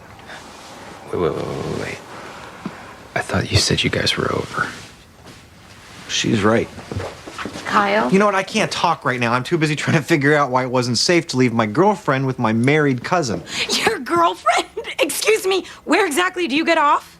Oh, wait, I know. Between the 3rd and the 4th floors of Dr. Lilly. Who told you that? Lloyd had a suspicion, which you just confirmed. Thank you. I'm going home. Call me.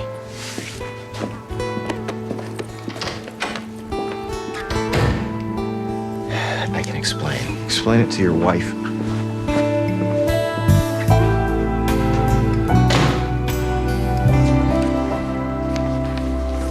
Mr. Foreman, if you could pass up the verdict, please.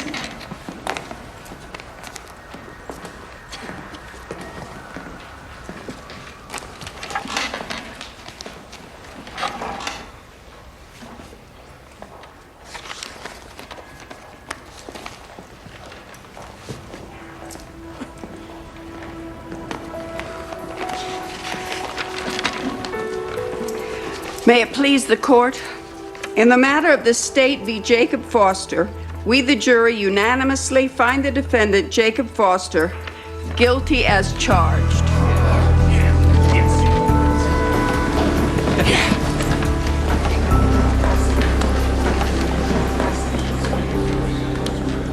On behalf of all parties and on behalf of the state, I want to thank you for your service. You are hereby dismissed, and the marshal will see you out. Is there anything else from the parties? No, Your Honor. Your Honor, on behalf of my client, I make a motion for a judgment, notwithstanding the verdict based upon all the grounds stated before. Granted. Excuse me? What did she say? I'm granting the judgment, notwithstanding the verdict.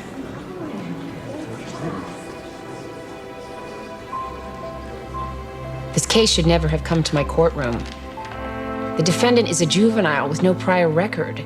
The facts of the case show him guilty of being easily manipulated and having very poor taste in friends, but he is certainly not a murderer. The state's attorney's office would have pled him out on lesser charges, if not for the politics involved. And I don't know, maybe there is a judge out there who's perfectly willing to put away a 14-year-old for life based on politics, but you didn't get that judge. You got me. This court is now in recess. She can't do that. Tell me that she can't do that. I had my son killed. She can't do that. No, my son is dead because of you. This is not justice. This is wrong. You can't do that. This is wrong.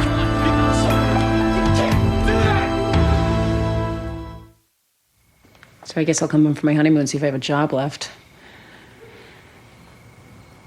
I hate this dress. Why did I choose this dress? Amy, it's a lovely dress. It's the veil, then. I'm too old for a veil. I'm too young for a hat. What was I supposed to do? Hold still, and we will discuss the hat veil controversy when I'm hemming. What do you think of Stu's mom? She could be worse. A toast to Stu's first marriage? Well, maybe she couldn't be a lot worse. Well, you like Stu, don't you? Amy, I liked Michael, so obviously I'm not a very good barometer. You saying you don't like Stu? Thank God, a solicitor, go.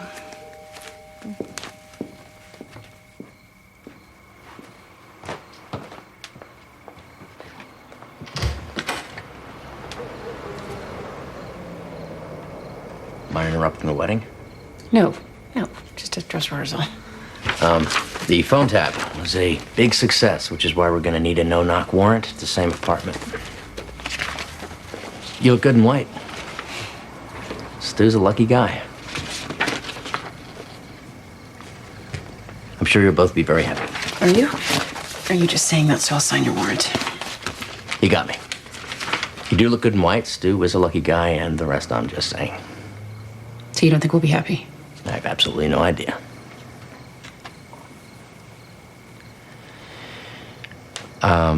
I'm sure you'll both be extraordinarily happy. What if we're not? That would be bad. If you're not, I'll buy you a cup of coffee. You can tell me all about how wrong I was.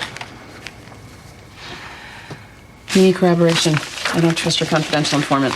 Come on, be kidding. I'm on a clock here. You and me both. Round up another reliable drug addict you have till 2 tomorrow afternoon. So you'll take the word of 2 reliable drug addicts? Good luck.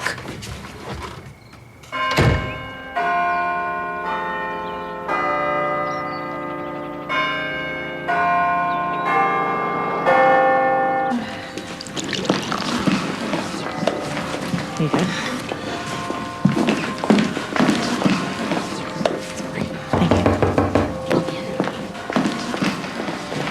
Oh, no men allowed. Not even men in skirts? Donna. Do this for me. What's with him? Long story. I like it. I think so. There's moral slippage involved. Judge Gray? Close your eyes. Why? Just do it. Okay, now open them. Uncle Vincent! Oh, sweetheart. This is perfect. All right, everybody, get away from him. This is my wedding present. You guys can talk to him when I'm on my honeymoon. Hi. You were a jerk. It was Kyle's idea. Well, I had enough to worry about without thinking you were missing my wedding. I promise. I will never miss any of your weddings. What's that supposed to mean? Well, it's a joke. You okay? Yeah. I mean, yeah. Nothing that a weekend Maui and 200 Mai Tais can't fix. Mom, they're lining us up. I'll be right there, honey. Right now. I don't think they're gonna start without me. So someday when we have the time, you have to explain to me how you fell in love with this guy. 'Cause the last thing I remember, you hated him. He changed. That's great. Unless he changes back. Mom, now. Showtime.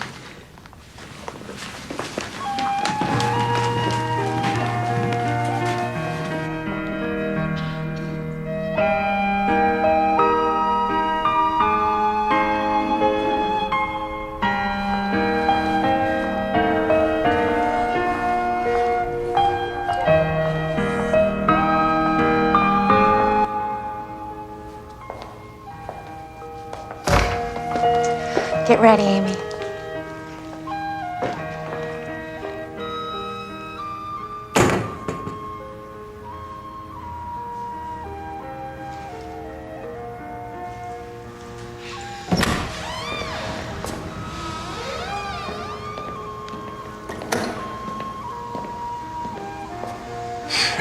I got the signatures you asked for. Hi, sorry I'm late. I'm taking Bruce's place. What do I do? Bruce isn't coming? He has a headache. You're a terrible liar. Go through that door. I guess my best friend isn't coming. I'm sorry. Do you think you could... I can't. Probably not a good time. Now, Amy.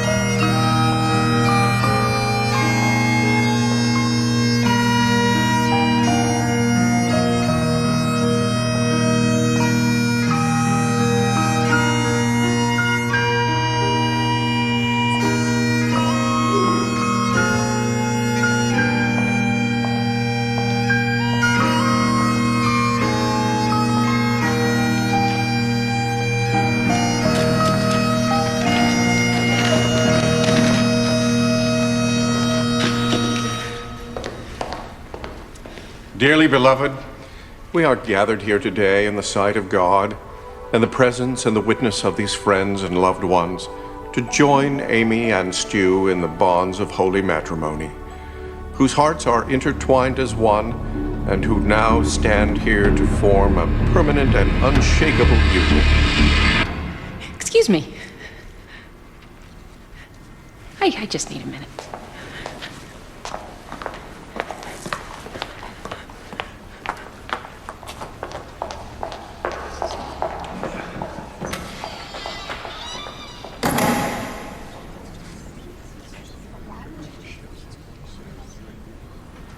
I'll be right back.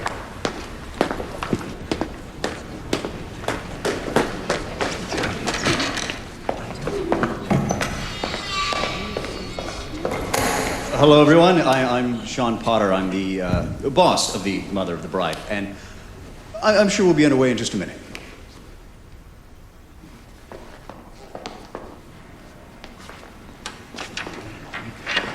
But perhaps while we're waiting, maybe a little more wedding music is in order. And now the end is near, and so I face the final curtain. My friend, I'll say it clear, I'll state my case, of which I'm certain. Oh, dear God. I've lived.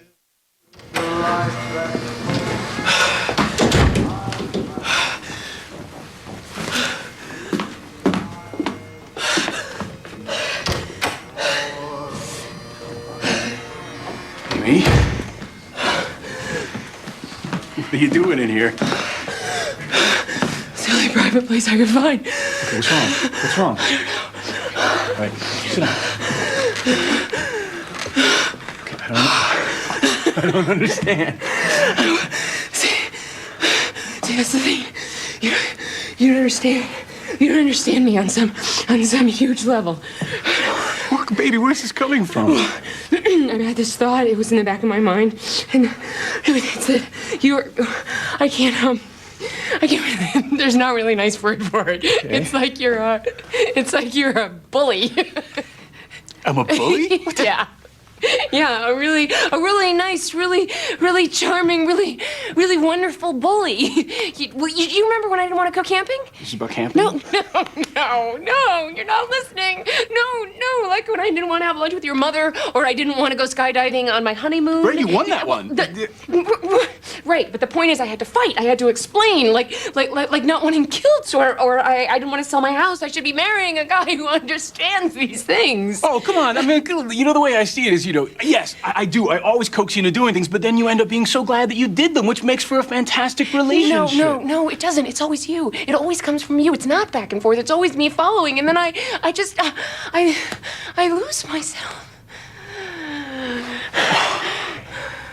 Okay, it's okay. No, it's okay. No, it's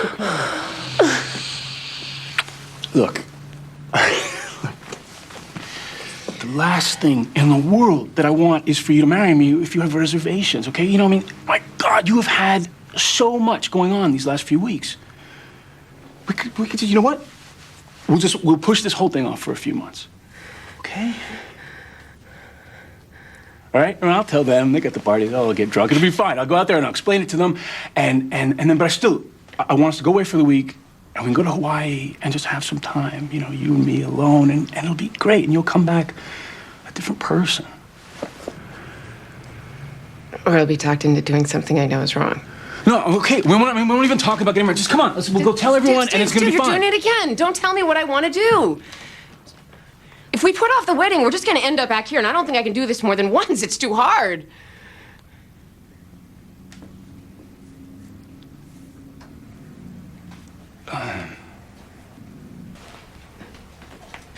What are you saying? What are you saying? What are you saying? You saying you don't want to marry me now? You don't want to marry me ever? Yes, that's what I'm saying. Are you sure? No. Yes, I'm sure. I hate this. It is. I am so sorry.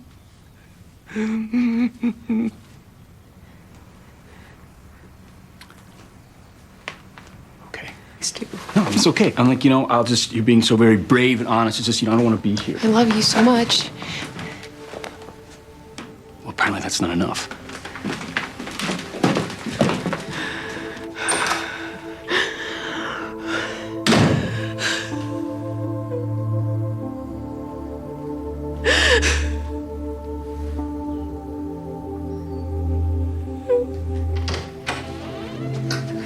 Amy, Stuart is going out the back door. Are you all right? Honey.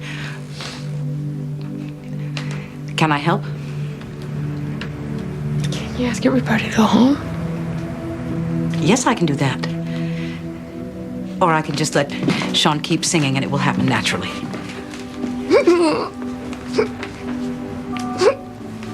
Do you need anything else? Just that. Yeah, if you just do that.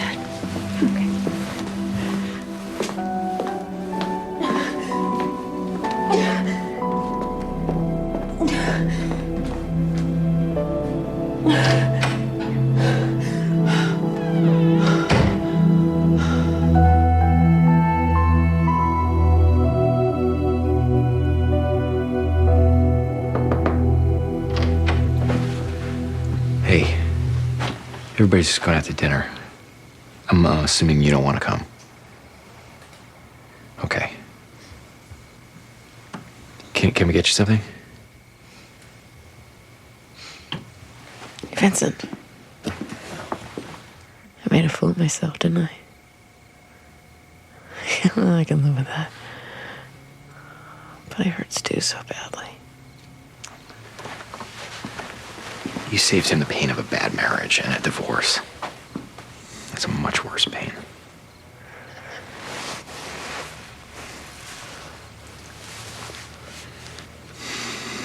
You remember that great oncologist that Carol found? She's living with him. Oh my God. Oh, Vincent. Why didn't you tell anybody? Wait till you read my next novel. It's all about a guy who's transformed by screwing up a lot. Not a crappy way for life to work. When I create my own universe, people are going to grow and learn by eating ice cream and having a lot of sex. What is the name of that universe? Well, I'd like to go to that planet.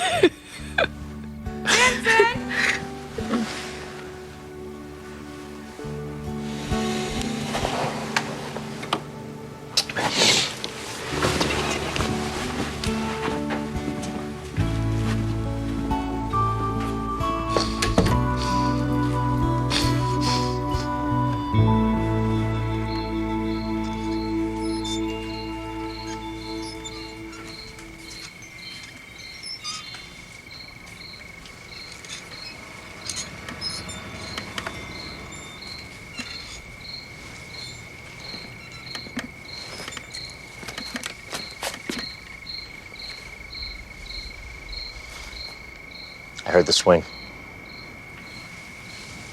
Listen, I know this is a horrible time. My bad guy's loading up his U-Haul as we speak.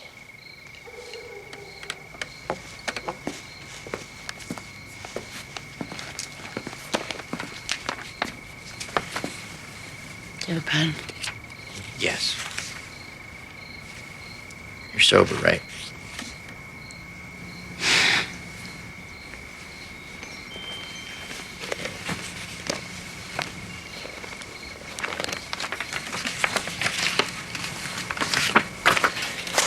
Thank you.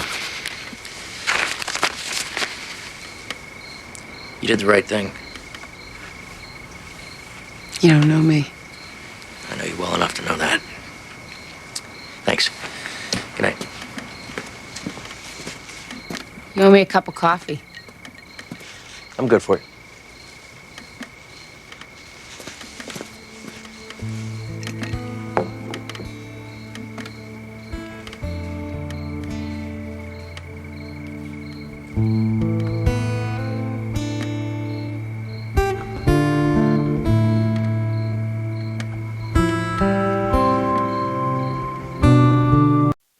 Stu, it's me.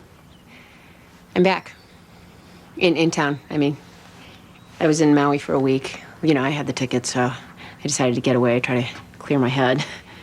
The latest in a lifelong string of bad ideas. Yeah, anyway, I guess I was just hoping to hear your voice. So Stu really didn't call while I was away? No, I know you said, but there weren't any mysterious hang-ups? Did you come home 3 days early to sit by the phone? No, I got tired of watching all the happy couples frolicking on the beach. How much actual happy couple frolicking was there? It's Maui, Mom. They were frolicking their brains out. Well, you will be happy to know that I tied up the loose ends from the wedding. What loose ends were there? Settled with the caterer, donated the flowers, and the kilts went to the Hartford Community Theater. They're doing Brigadoon. They were rented. I know. I'm trying to introduce a little levity. Mom, Taylor's Aunt Bree told Taylor that you could be a whole week on Dr. Phil. What does that mean? It means that Taylor's Aunt Bree needs to get a life, sweetheart. Her mom says that you're fickle. Your mother is not fickle. She has the courage of her convictions. And we have a 3-tiered cake in our freezer. Well, sweetheart, where do you go from here? You know what, Mom? I just got back last night. Let's give it a rest. Don't you think you should have some sort of plan? Actually, I really don't feel like talking about it. What do you think the possible repercussions will be if you're setting aside the verdict? Look at us not talking about it. Taylor's grandma says that you can't tell the difference between love and sex. Okay, there's a new rule. We're not allowed to talk about me, my life, or what happened to me and my life. That goes for you, Taylor, and anyone that knows Taylor.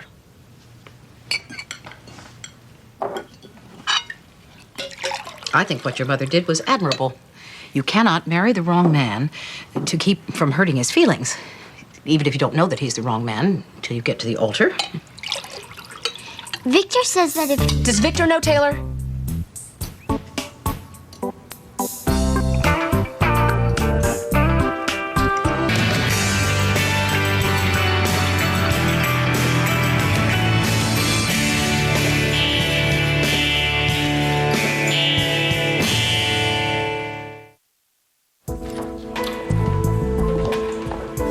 Judge Gray, thank you for stopping by. Judge Wells, I don't think we've been formally introduced. You may not know me, but I certainly know a lot about you. Well, what you hear floating around the halls isn't necessarily gospel. Well, listen, they wouldn't have offered me the job of presiding judge if they didn't think I had some knack for discernment. Well, obviously, we have a lot to talk about. I realized that I left during the middle of a judicial firestorm. Well, I prefer to say you crawled out on a judicial limb and then sawed it off. I feel strongly I did the right thing. And I wish I could find some consolation in that for me. Well, I am not the first judge to vacate a verdict. Judge Gray, I've been over your entire record. It's not like this is the first time you caused a ripple. I haven't caused anything. I was trying to do my job. I'm going to suggest you take some time in therapy. A shrink? A judicial guidance counselor. Judge Wells, I really appreciate your concern, but I respectfully decline. You're confused because I used the word suggest. Well, I know you're not implying that if I don't take your suggestion that I will no longer be sitting on the bench. No, of course not. But until you take my suggestion, there'll be a dearth of cases on your docket. Fine. We'll see your counselor as soon as possible.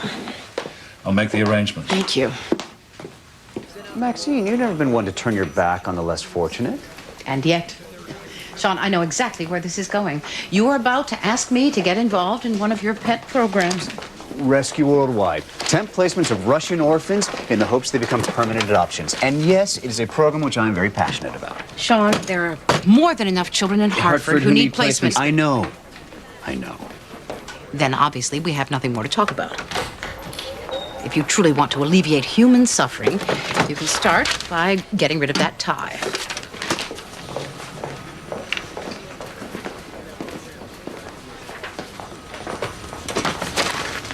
Her name is Polina Vostova. She's 16 now. She spent the first 7 years of her life in a filthy crib. There were bouts of pneumonia and meningitis. 9 months ago, rescue placed her with a family in Hartford. And what exactly is wrong with my tie? Well, let's just say there's a reason it was still at the store. Oh, lovely. Heartbreaking. And unfortunately, not uncommon. The family wants to adopt her. My arrangement with rescue is that when that happens, I send in a caseworker. And what would you do for me in return?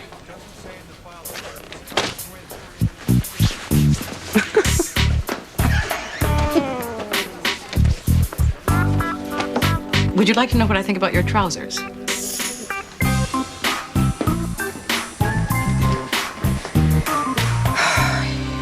Here is the toxicology report on Rose Gibson, and Mr. Farbstein wants the visiting list amended to exclude his wife, whom he refers to as that buzzard with my credit cards. And that's it. So if you don't mind, I am going to go crash somewhere. Well, actually, I do mind. I'm going into my 13th hour without a break. Yeah, well, Kyle, I don't know if you've noticed, but I'm just a little overwhelmed in You know, here. I hadn't noticed. I was too busy playing poker in the doctor's lounge. A guy with his sights set on upper management shouldn't hide behind humor or in the doctor's lounge. In fact, that guy might be looking for ways to make my life easier. All right. How can I make your life easier? You can fire Nurse White. A new one? Is she screwing up? She has a voice that can peel paint. You're firing her because of her voice? No, I'm ordering multiple trauma management software, okay? And I'm paying for it with a 6% cut in the nursing budget. She was the last hired and therefore the first fired. Her voice is just simply something that keeps me from feeling bad about her misfortune. So why am I the one to fire her? You volunteered. Yeah.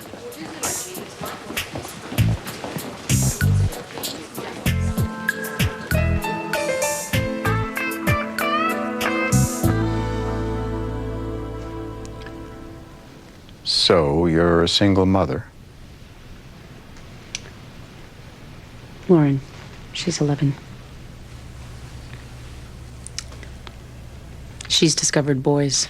And that scares you? Makes me want to move to a small town in Utah and homeschool her until she's 30. They have boys in Utah. Don't screw up my escape fantasy. I was hoping we'd talk about your issues on the bench. Wouldn't know where to start.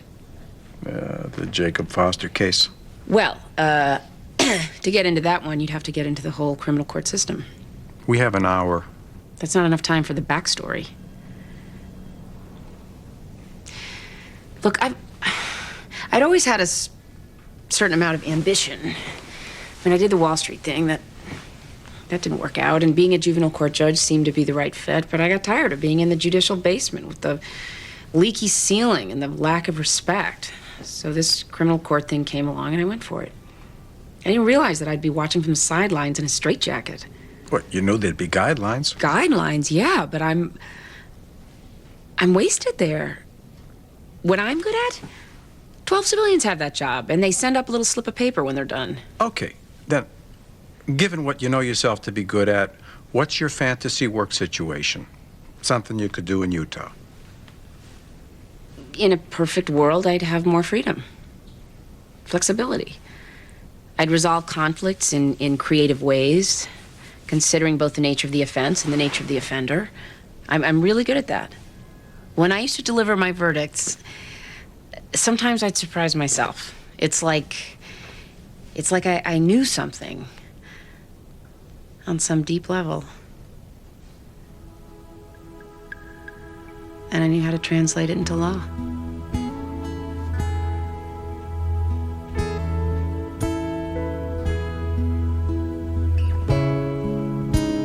Okay, we're done here. But our time's not up. Yes, I know, but I'm healed. Thank you. You're very good.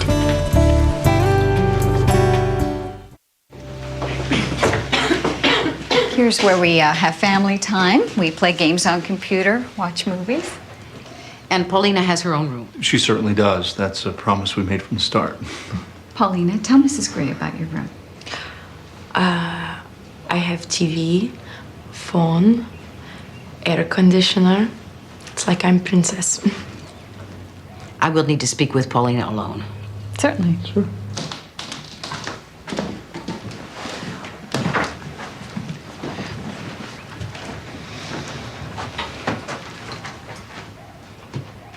So, quite a fan of Madonna's, are you? Madonna?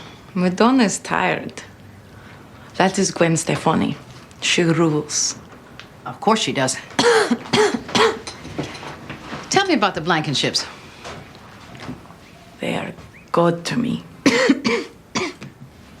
That sounds like a nasty cough. Have you been ill? I'm fine. You don't sound fine. Have you seen a doctor? No. No doctor. I told you I'm very happy here. I have everything. Yes, including a bad cough. You don't understand. If you make a report, people will come. I will be returned back to orphanage. You cannot know how bad it is. Perhaps you can give me an idea.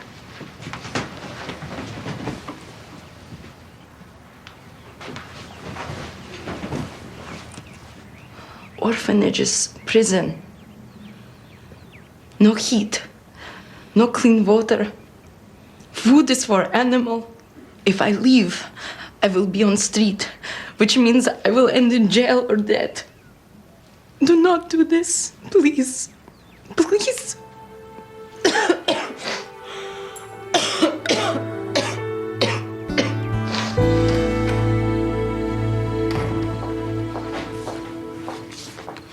Where's everyone?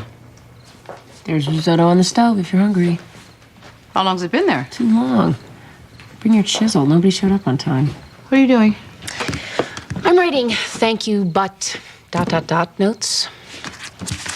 Dear Aunt Ruth, I'm returning the crock pot. Please give it to someone in the family who's not a mental case. Good luck finding one.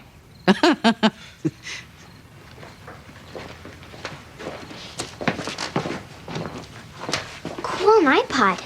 Can I have it? No, honey, it has to go back. I thought it was a present. It's a wedding present. To keep it, I would actually have to get married. Anybody home? Hi. In the kitchen. You're late. Quicken. New version. We'll install for food. There's risotto congealing on the stove. Fantastic. Amy, I wanted to say something to you about your wedding. We're not allowed. I know you probably feel awful about what happened, but I think you're really, really brave. Well, you got the awful part right. The strength it must have taken, you really regained my admiration. I had lost your admiration? How many times do we float along, caught up in some momentum like a riptide, and find ourselves miles away from where we want to be? Come on, honey.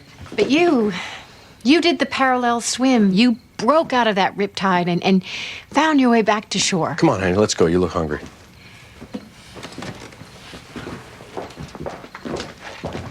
Aunt Jillian's really weird since she died. She's a little daffier than usual, but we don't have to analyze it. Did she say I regained your admiration? I'll get it. It's Victor. Come on, honey, hang out with your nutty relatives. Take your mind off your troubles for a while. I will. In a minute.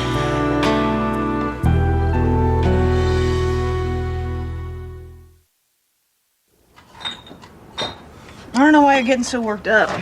Just rip the Band-Aid off. And when have you ever fired anyone? Tons of times. Name one. Okay. Okay. I hired a personal shopper once. Things didn't go well. I dropped the axe right before Christmas.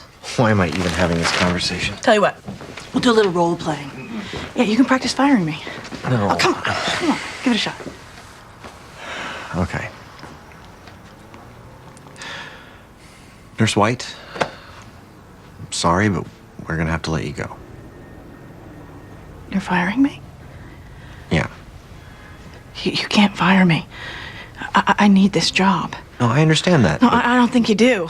I'm paycheck to paycheck. I got 5 kids to feed. My husband left town with a cocktail waitress after racking up a mountain of debt on my MasterCard. Donna. Look, if you fire me, I'll be living on the street, eating out of dumpsters. My kids will have to go to an orphanage. Donna.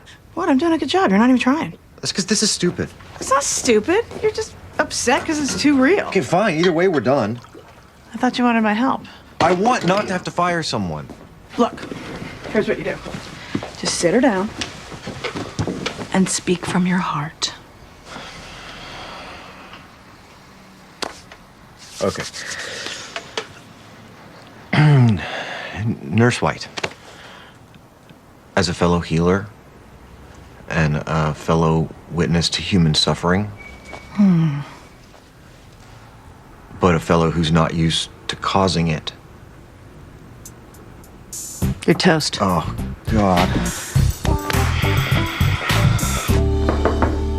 Come in. I did what you suggested. I went to see that counselor. Did you learn anything? Yes.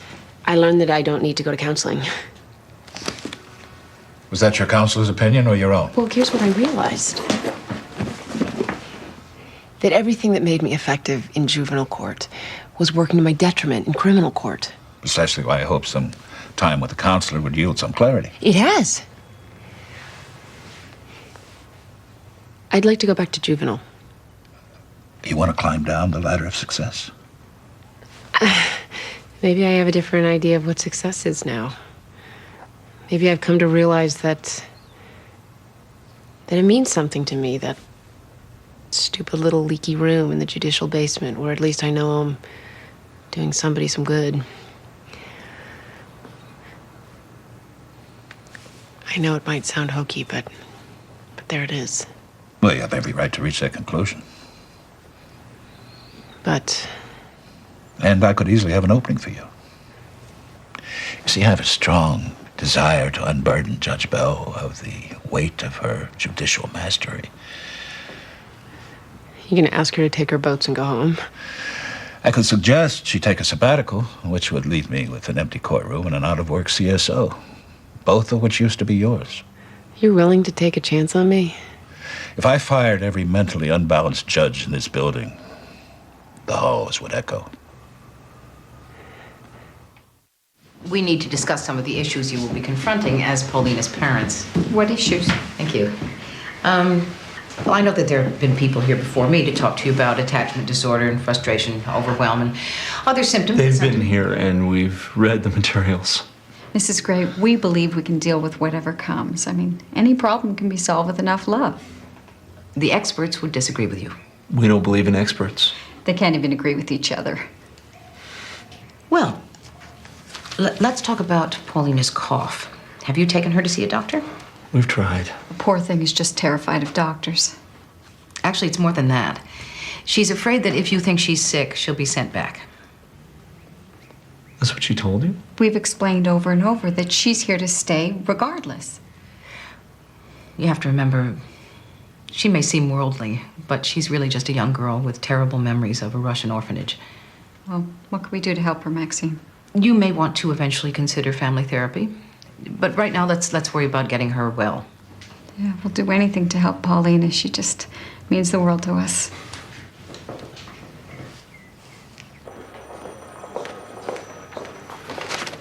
I heard. I wanted to be the first to welcome you back. Thank you. Look, I'm sorry about missing your wedding. Did you know? You didn't. Oh, God. It got worse. I underestimated the availability of maritime items. I almost quit when she started calling me little buddy. I was going to draw a line if she asked me to play Professor Marianne. Hello, is this thing on? Bruce, have you heard? We're back. I heard. I'm not sure Judge Gray knows. Judge Gray's just not in the mood for jocularity. Okay. Tough room.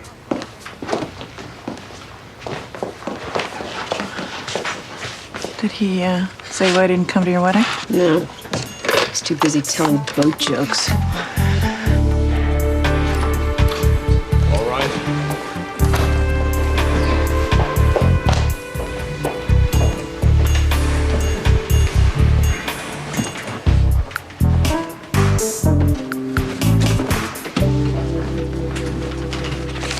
All right. We're here for disposition in the matter of the state versus Paige Lang, who is present, as is counsel. It's good to be back. I see they fixed the ceiling, but not the pipes. Baby steps, Your Honor. Yes. Catching you up. Paige Lang, defendant in this case, has pled delinquent to assault and battery with a dangerous weapon, which was committed during an act of student hazing, facts of which are on record. The incident was caught on videotape, which has been entered. And this guilty plea was made of the defendant's free will and in accordance with the law? Yes, Your Honor, we so stipulate. Okay, very well. We will then proceed to the sentencing phase. Does this mean I don't get to tell my side of the story? I'm sorry, am I missing something here? Your Honor, the facts in this case, as well as the guilt of the defendant, are not in dispute. And yet, I would like to hear from the defendant. Miss Lang, is there something you were not allowed to say during the trial? That other judge. There was stuff she wouldn't let me talk about. Let me be clear. Do you still wish to plead delinquent? I just want people to know what really happened. Objection, Your Honor. It is my right to explore this case before sentencing. And since I am playing catch-up and since the defendant feels that there were certain pertinent facts that did not make it to the bench, here's what we will do. We will take a short recess and reconvene here to watch the videotape. And what time will that happen, Mr. Van Exel? 11:30. 11:30. I will see everyone then. Maxine. Dr. McCarty, this is Paulina Vestova. And thank you for seeing us on such short notice. Hello. Paulina's from Russia. She's staying in Hartford and feeling a little under the weather. I was hoping that you could tell us why. Hey, baby. T-shirt. Oh, no doubt. They're the best. Gwen Stefani rocks. Totally. I tell you what, why don't I do a quick exam and we'll see if we can find out what's going on. Nothing bad will happen? Nothing bad will happen.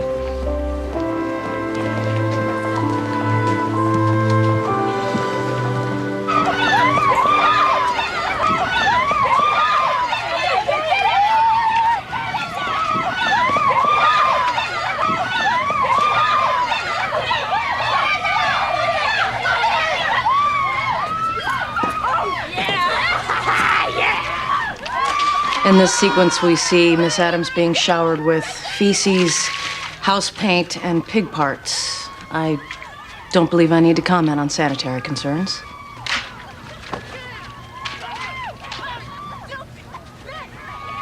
I've seen enough.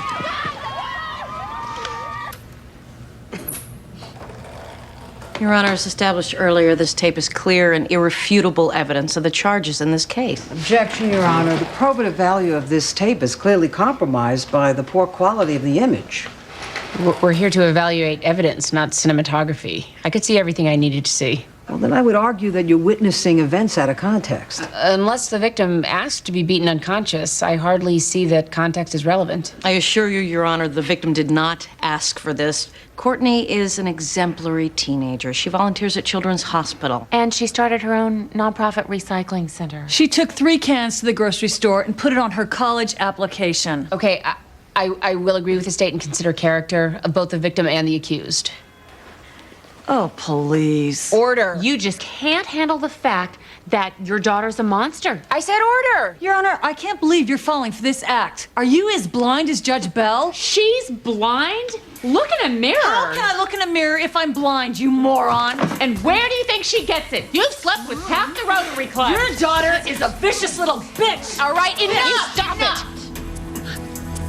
There is clearly more to this case than was revealed in the original hearing, and we are going to get to the truth. So we're going to hear testimony from the accused this afternoon. When will that be, Mr. Van Exel? 3 o'clock. At 3 o'clock. Thank you.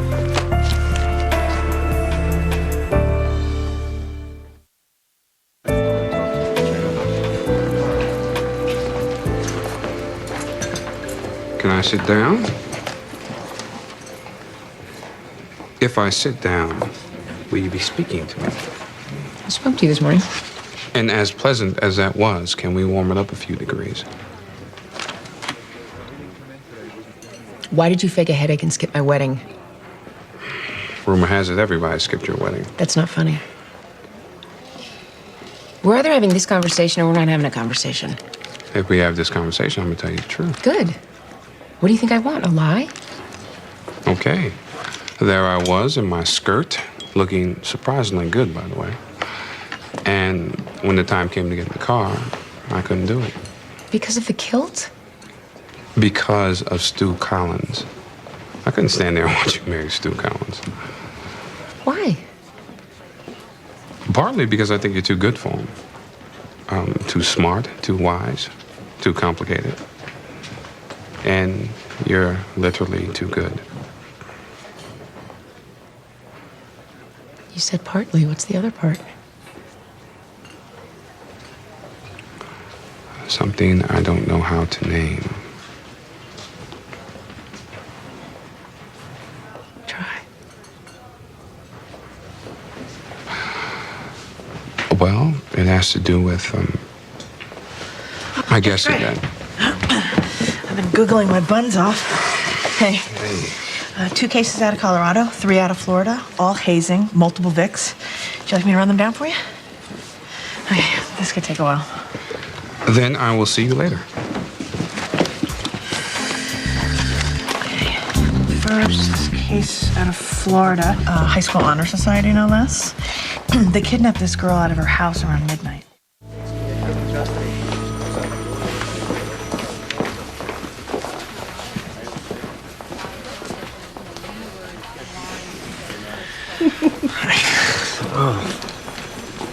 I had a break. I thought I would, come see you in person. Paulina. She tested positive for oral gonorrhea. I figured you had a suspicion. Well, you figured wrong. My money was on bronchitis. This is, ampicillin. She needs to start a cycle right away, and I'd like to see her again so we can schedule a follow-up. I can't keep this off the record anymore. I understand.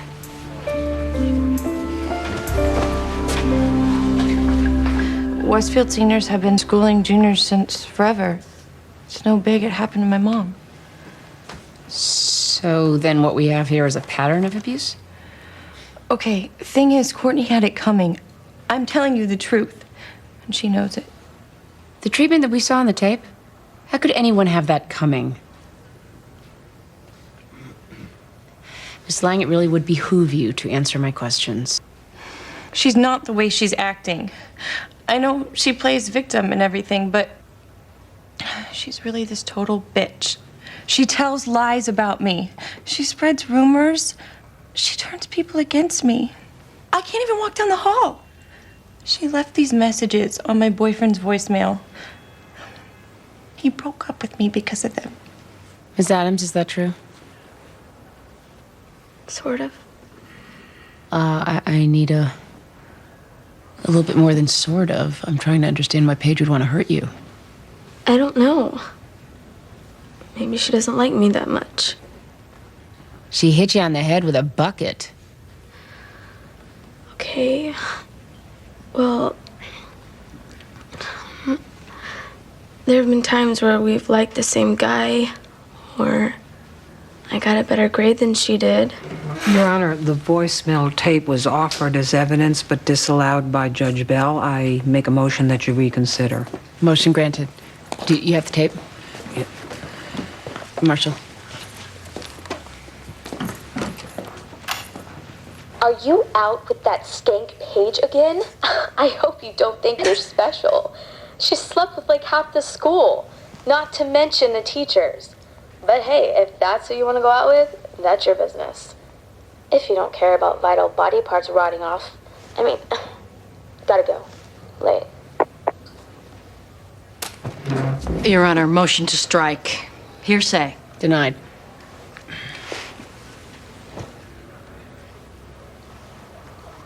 Ms. Adams. I'm trying to reconcile what I just heard on this tape with the victim that you're claiming to be. Okay, so I lied a little. But she beat me up. She's mean. She steals all my boyfriends. As soon as I like a guy, she just moves in. Ask my mom. She's right. Paige Lang is a vicious little ringleader. She's made our lives a living hell. I've had just about enough. I'm not going to sit here and listen to these people trash my child. Your child is a slut. Well, yours is a psychopath. Objection! Overruled, both of you. I've heard all I needed to hear. My decision to follow. Adjourned. All rise.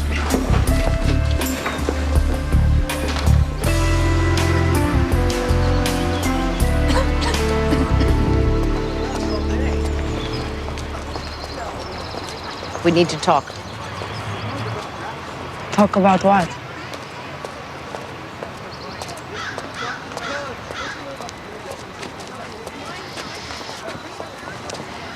Paulina, you have a sexually transmitted disease. I told you, I want to be left alone.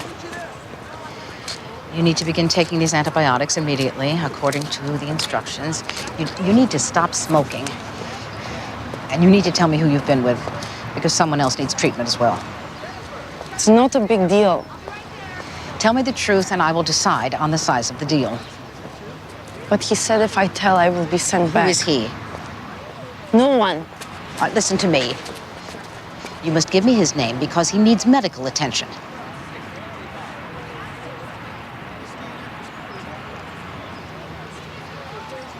When Mrs. is not home, Carl Blankenship? It's not like it's really sex. It's only oral. Paulina, it is really sex. You must not tell anyone. I cannot go back to Russia. It's no life. Neither is this. I have to go to class. You can't go back to that house. I'll be here at 3 o'clock to pick you up, and I'll take you to someplace safe.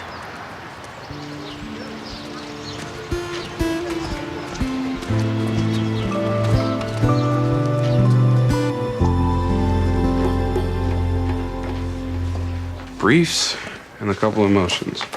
Thank you. Hey, Bruce. Yeah. You were going to say something in the cafeteria before Donna came in? Was I? You said it was something you couldn't name.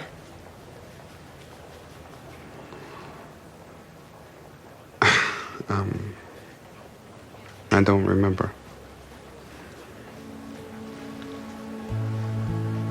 Well, if it ever comes back to you. You'll be the first to know.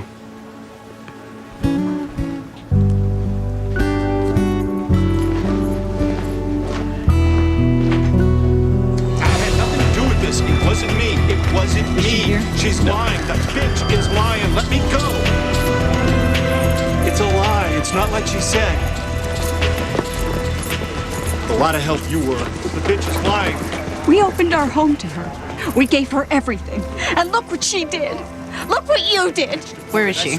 School says she didn't show up for her last class. I don't care. I never want to see the lying bitch again. Do you have any idea where she would have gone? I don't give a damn. Yes, you've made that clear, but we do.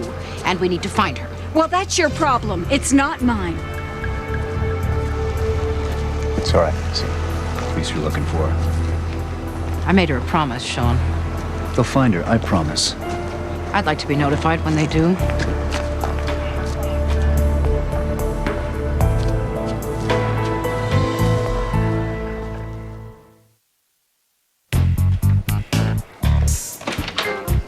Excuse me.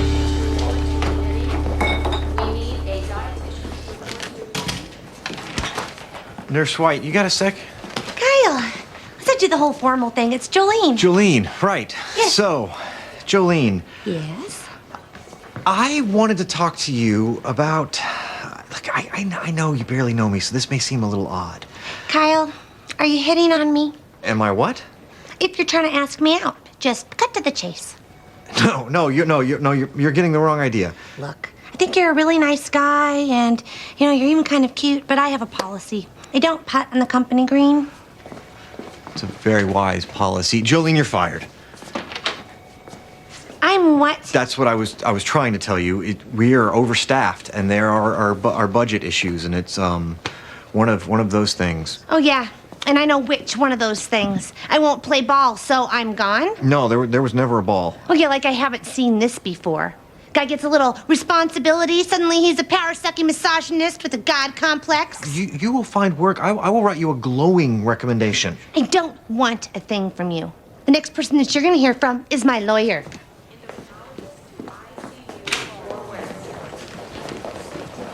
How'd it go? Great. I think she's gonna name a child after me. Well, at least it's done. I've always been sickened by the things that girls are capable of doing to each other. I hated it in high school. Now I'm going through it with my daughter. And here I have it in my courtroom. And in this case, I have the additional element of mothers who nurture and condone their daughters inflicting emotional and physical violence upon each other. Popularity and social standing is the holy grail to these two girls. That's all they care about. And they behave like animals because they've learned there won't be any consequences. Welcome to the court of consequences. Now, the seriousness of this offense would warrant commitment to DCF for long-term institutional placement. That means I could put your butt away for a long time. However, because it is the defendant's first offense, I will limit the term to 30 days. In addition, once Miss Lang is free, I sentence her to 500 hours community service, and that time she will spend with Miss Adams at her much-heralded nonprofit recycling center. Oh, there is a recycling center, isn't there? Well, there has to be. Otherwise, Miss Adams perjured herself when she gave her testimony. It's in the planning stage. Good. Good. Then you two girls can make it a reality together. And while you are reclaiming lost items, I suggest that you start with yourselves.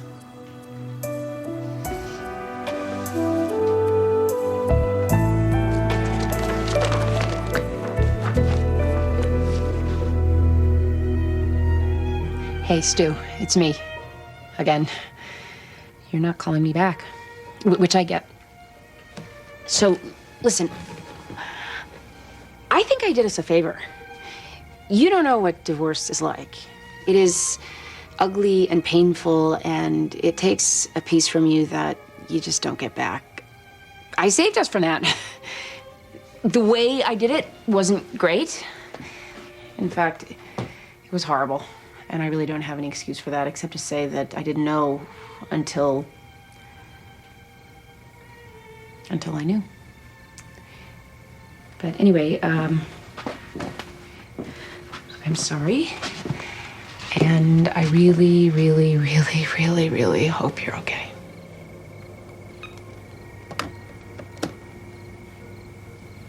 Here's how the world works, Amy. You can leave a man at the altar, or you can have him like you. You can't have both. I know you don't want to hear it. And here's a couple more things you probably don't want to hear. You are a complicated woman. You come from a long line of them. Just celebrate that. Woohoo! And you do not need a man to validate your existence. Mom, every woman says that. None of them believe it. I do. Any objective person would say my life is a train wreck. Amy, your life is a high-class train wreck. Well, everybody's life is some kind of a wreck. Just be grateful that you have a roof over your head. Hello? Oh, yeah. Yeah, hey, Sean. Yeah, I'm okay. Yeah, she's here. Okay. Hello, Sean. Well, is it a reliable tip? No, I'll go. I will go. I'll be back. You can't just tell me I'm complicated and then walk out the door. Where are you going this time of night? To another train wreck. Hey, Ma, I got my job back.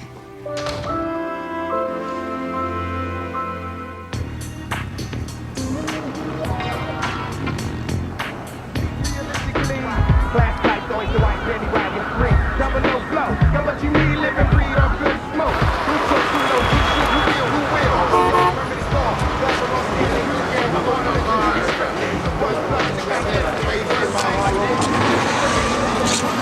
How did you find me? There aren't a lot of places for an unemployed teenager with no green card and no money to go. Please get in the car. Leave me alone. Paulina, Carl Blankenship was arraigned. There will be a trial. He will never hurt you again. There is always a man. They're not all like Carl Blankenship. This is your opinion. That is my experience. I will find you a safe family. Whatever. You have my word. Your word? You are a sad, pathetic woman. Paulina, you came a long way to find freedom. Maybe freedom is I choose who will treat me badly. Hey, you want some company? Paulina? Sure. Come on, let's go.